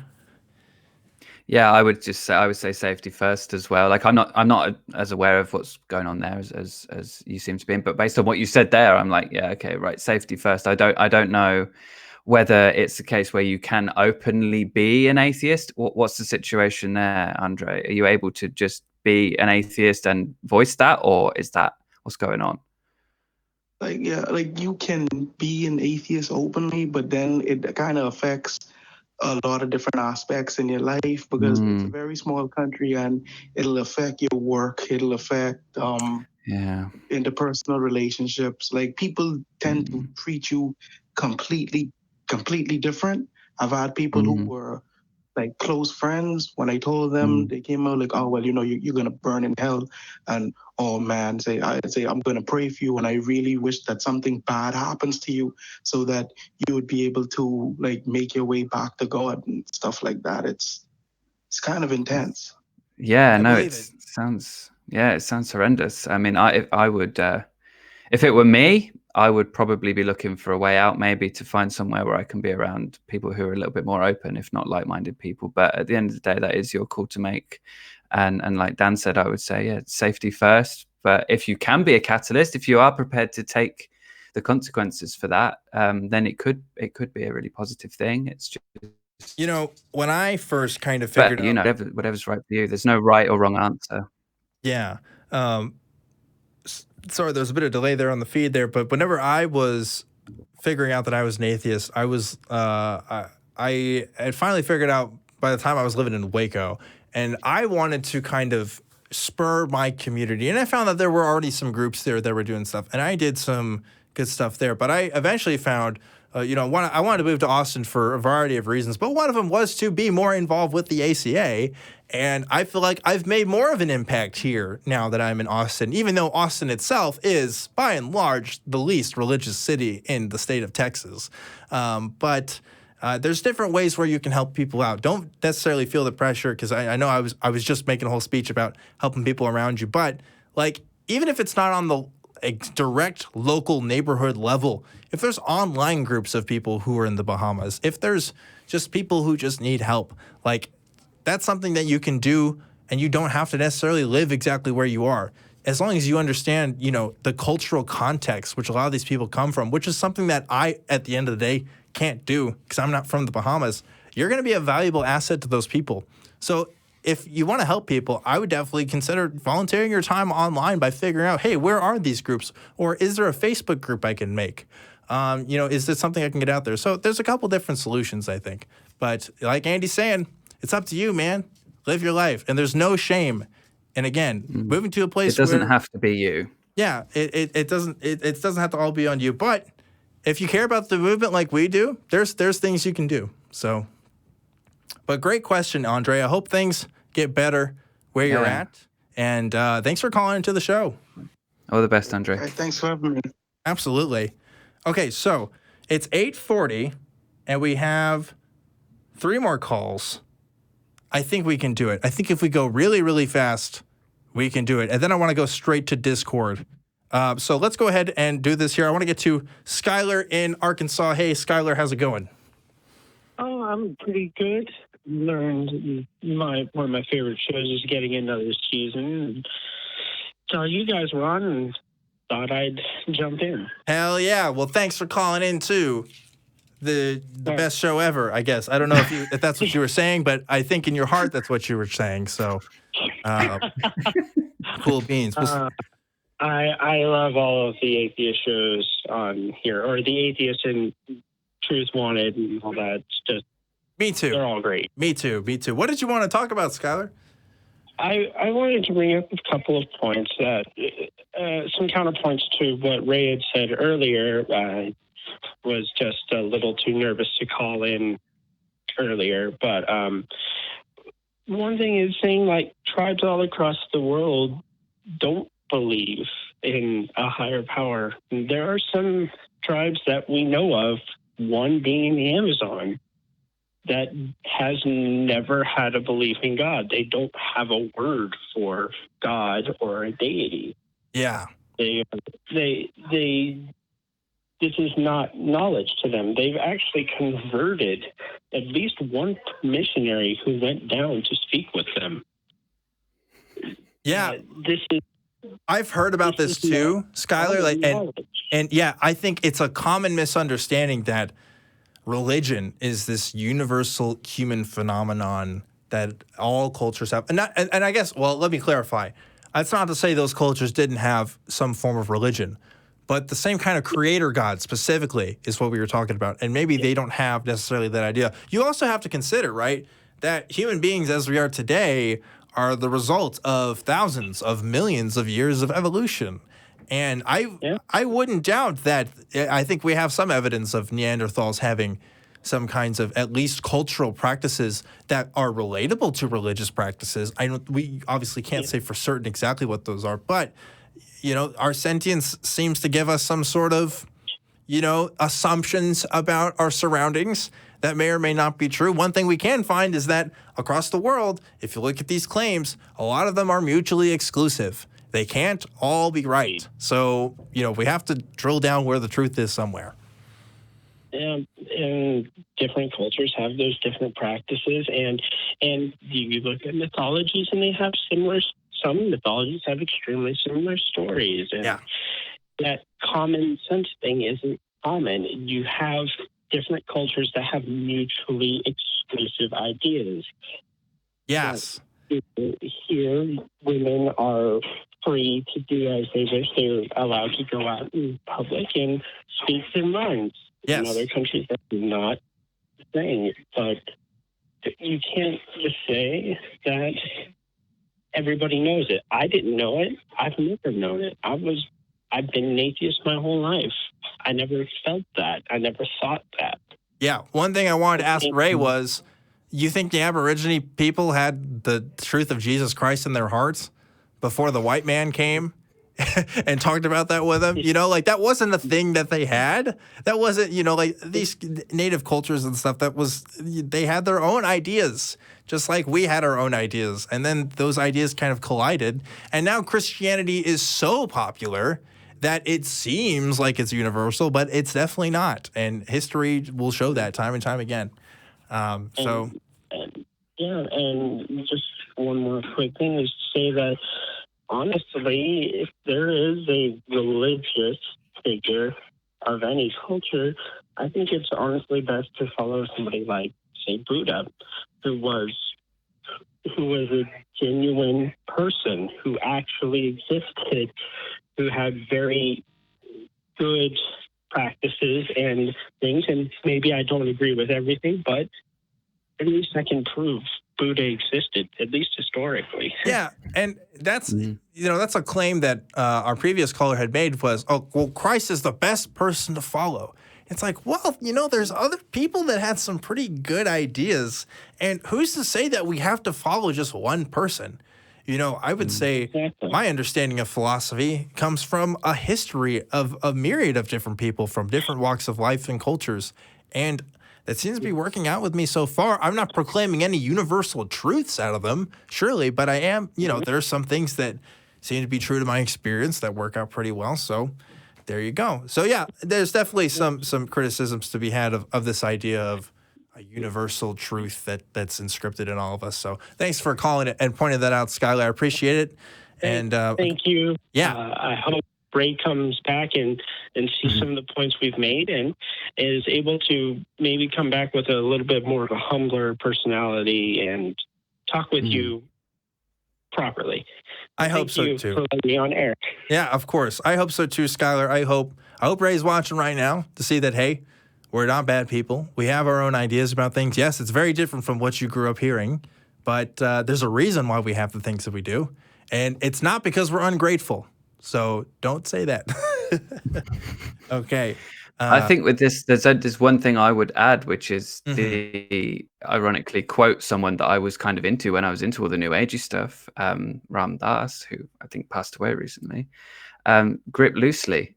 I'm always cautious when I see someone who's certain about anything, whatever it is, like certain. I'm like, take a step back, like grip it loosely. Entertain as many ideas as you can. Look for, as you say, drill down. Because there's so many takes on these kinds of things. To be so certain is troubling to me. Anyway, certainty. The cause. When you assume things, you make an ass out of you and me, right? That's kind of the thing. But if you assume that you're just certain about everything and you got it all down, then maybe it's time to reconsider. But we got two more calls here, so both of you folks wait on the line. We're gonna get to both of you. First, I'm gonna go to JT here, who's been waiting for a bit now. JT, what's up? Hello, JT, are you there? One last call for JT. JT, are you on the line? Yeah, hang on. Can you hear me? There we go. Yep, we can hear you now. What's up? Okay. Hey, so I wanted to ask a quick question to Andy. What ultimately made you start losing faith in Teal Swan? What was like the final moment that made you realize something was up with this woman? Excellent question. Yeah, it was a number of things. One specific moment, it was more like a combination of factors. I just started to realize that some of the things that she was saying didn't stand up, and that there was a real issue in terms of the way she was acting, not necessarily fitting in with the things that she was saying. There's a real, I'm scrambling for a word and I can't find the word that begins with a C, if anyone can help me there. But coherence, that's the word. There was not coherence between what she was teaching necessarily and the way that she was acting, and the ways that her ideas extended into things that I would struggle with morally, kind of made me start to question things a little bit. It's really down to examining based on my own ideas and my own beliefs and my own point of view, whether I thought actually what she was saying was true. And that's kind of hard when you're in a cult situation, because what you really think tends to get pushed down. But when that starts to come up again, as you do start to question things, it can be a bit easier. Does that answer your question? Yeah, it does. Cool. Well, great question, JT. Thanks for asking it, and I appreciate you calling into the show. All right. Cool. Well, we have one more call we're going to get to. One last call, and I want to thank you guys again. I think this is the most calls we've had on the show, like, ever since we put that out there. Maybe definitely top 5, if not the most. So thanks, everybody, for calling in when we asked for your calls. We're going to go jump into Discord right after this for just a little bit here. So if you have a question that you want to talk to with Andy or me, be sure to join in that Discord, and we'd be happy to talk for just a few minutes on there. Now I want to get to our last call tonight. Catherine calling in from Florida. Hey, Catherine, what's up? Hey. So first off, my favorite ACA show is Truth Wanted. Woo! Because Suck it, Mark. It's just a nice casual format, and you get to talk about offbeat topics. Yeah. It makes it really fun. That's why it's my favorite too, but don't tell everybody else that, okay? Let's keep that between me and you. Mark, I know you're doing your best. Don't hate on me for that. It's just a joke, okay? He's not actually saying anything. I'm making all this up. Anyway, Catherine, so thank you for saying Truth Wanted is obviously the superior show. I know those were your exact words, so I can quote you on that. Obviously. So what did you want to ask us about? Yeah, well, I was hoping to use some street epistemology on my friends, but it doesn't seem to be working. That's okay. You know, sometimes street epistemology is hard. I don't think I don't, as you can probably see today, I don't always follow the methodology quite to what a lot of people would say it would be proper or maybe the best practice. But it's definitely something that you got to practice and work on. But like, what is it that you're trying to maybe question people about or talk to people about? Yes, well, it's astrology. I have a few friends who will talk about it and tweet about it and stuff. And like, every time I say something like, that isn't real, there's this cognitive dissonance because they'll immediately agree, like, oh, I know, it's just a bit of fun. I think my star sign is cool.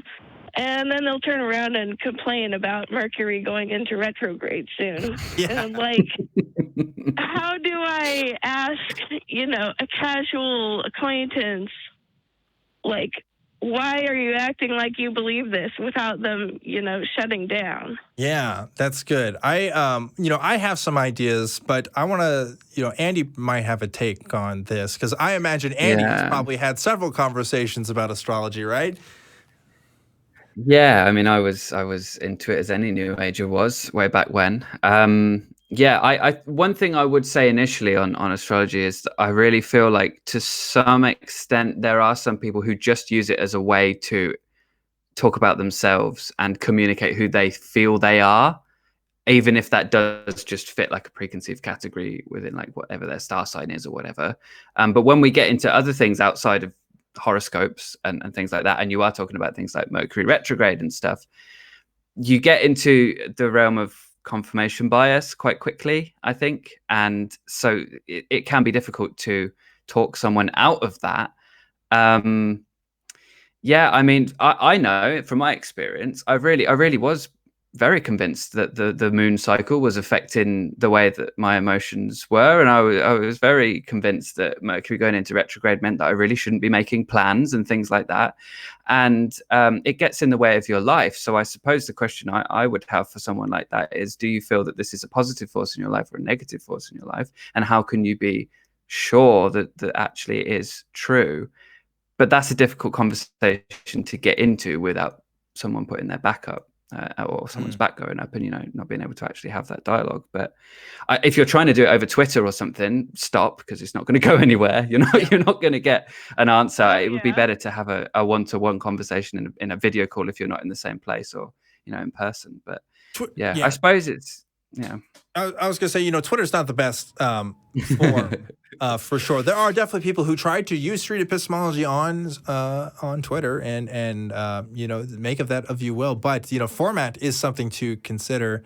Did you have something else you want to say, Andy, before I make my points? Or no, okay. Go for it. Well, so I think I would approach things a little bit different from Andy. I think the first thing I would figure out, because you mentioned, they talk about these ideas and they say it's for fun, but then they go around and say, Mercury's in retrograde. So the first thing I would try to suss out, okay, so when you say astrology is true or real, what do you mean by that? I would ask them that first, because obviously there's a bit of a dissonance there, right? And maybe they're going to give their own explanations. Obviously, I'm not them, so I can't really, perceive what's going to happen next when they say that. But if they can figure out something coherent, or maybe they can't figure out something coherent and say, like, well, why is there, a dissonance here between when we talk about what's fun and what's real? Are the stars actually doing the things that you say? And if they are, can't we test this in some sort of way? Can we demonstrate this in reality? Because it seems to have real world effects. And if it has real world effects, well, that's something that we can certainly observe. Maybe there's some anecdotes that they might be able to tell. They might say, oh, well, my astrology thing said this would happen, and I had a huge fight with my friend, and I was kind of interpreting that to mean this, or I got a promotion at my job, and that was what this said. And so maybe there's some other examples of how you can look at that text or look at what they're looking at and see if you can come up with your own kinds of interpretations. Because if you ever heard of a Barnum statement, right? Barnum statements are they're these statements that are given out that are so general that everybody can kind of take some of them from. The amazing Randy did this little experiment one time where he took a classroom full of people, and he said he could figure out everybody's astrology, right? And I can't remember what percentage of the class or whatever agreed to it, but it was something crazy high. It was like 80%, maybe even higher, I don't know. And he literally wrote the same exact statement for everybody in the class. Right? Because if you get these things general, that's kind of how these things work. And I know that's how you know that, right? But, if we're trying to figure out how they get to that conclusion, you got to figure out, okay, what's real to you? What's true to you? What's demonstrable to you? And how do you rationalize that compared to other things that you rationalize in your life? Do you know that the astrology prediction is going to come true in the same way that you know that your car is going to turn on when you turn the key tomorrow? Is that in the same realm, or is that a different realm? So I would kind of explore even just the strata of what they consider real, because with astrology, it can kind of be all over the place. So that's my take. Definitely. You could read any one of those horoscopes and have it apply to your day. Yeah. And people make money off of this stuff, like lots of cash. Look up all of the horoscope podcasts out there and the stuff that's been on shows. Like, it's, people say it's for fun. Listen, I don't buy it. And if it's exploiting people, like, that's even worse. Okay. Like, I can't be involved with something like that, even if it's just for fun, because I know that it harms people. But that's a personal ethic. Yeah, there was like some app, I forget the name of it, but a while back, like, people were getting excited about it because it was like so spookily, like, true to their lives. And it was like a few people got caught up in really buying into this mysterious app and, like, basing their lives around it. And I was There's like, something there, isn't there? red flag. Yeah. There's something there, isn't there, about the idea of the mystery of it, the ethereal ideas. I think there's definitely something in many of us that just likes things that they can't explain, and that's enough for some people, like. Yeah. Or that the cosmos itself has a fate, has a role in your fate. You know what I mean? Like that's a big grand scheme. And to me, that's just, it's a bit of narcissism to me. Like I said before, I don't buy into it too much because I don't think I'm that important in the grand scheme of things. But yeah, it's interesting how people can get into this stuff. And what's really weird is when people are like into astrology and are also like super Christian and stuff like that. And that doesn't make a lot of sense.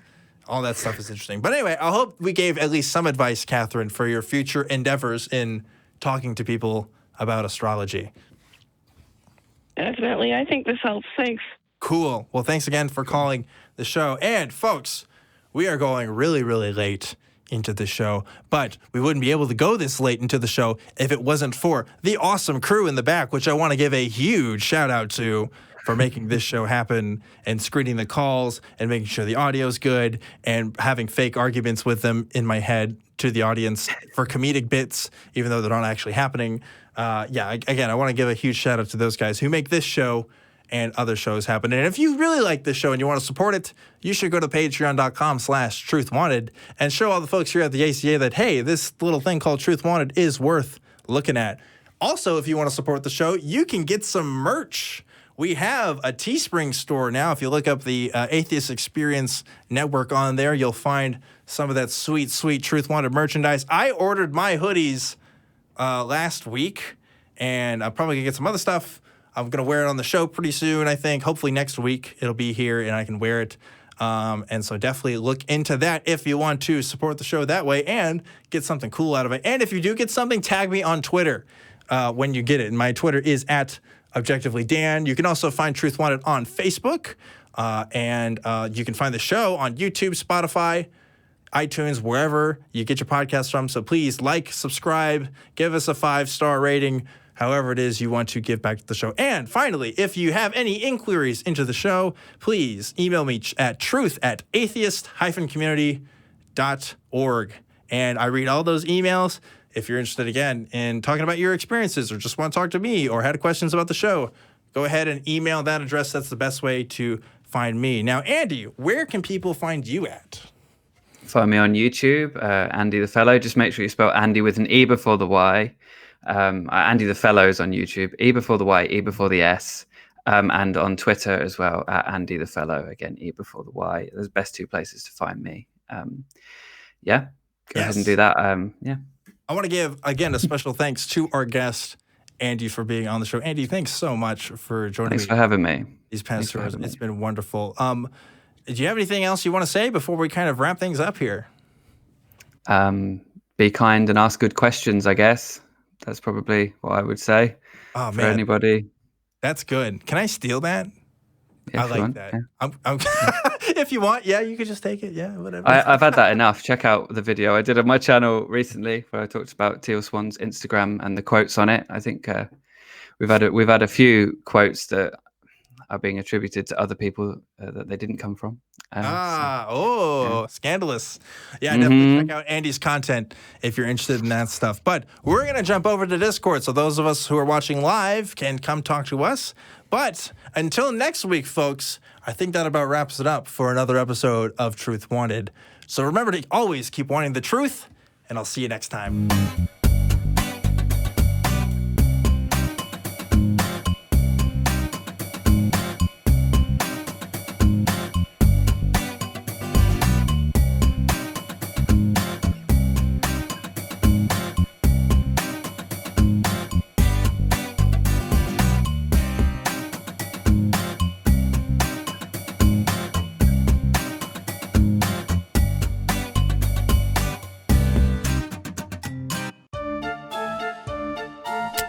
What are we doing, man? What are we doing? No, you're done.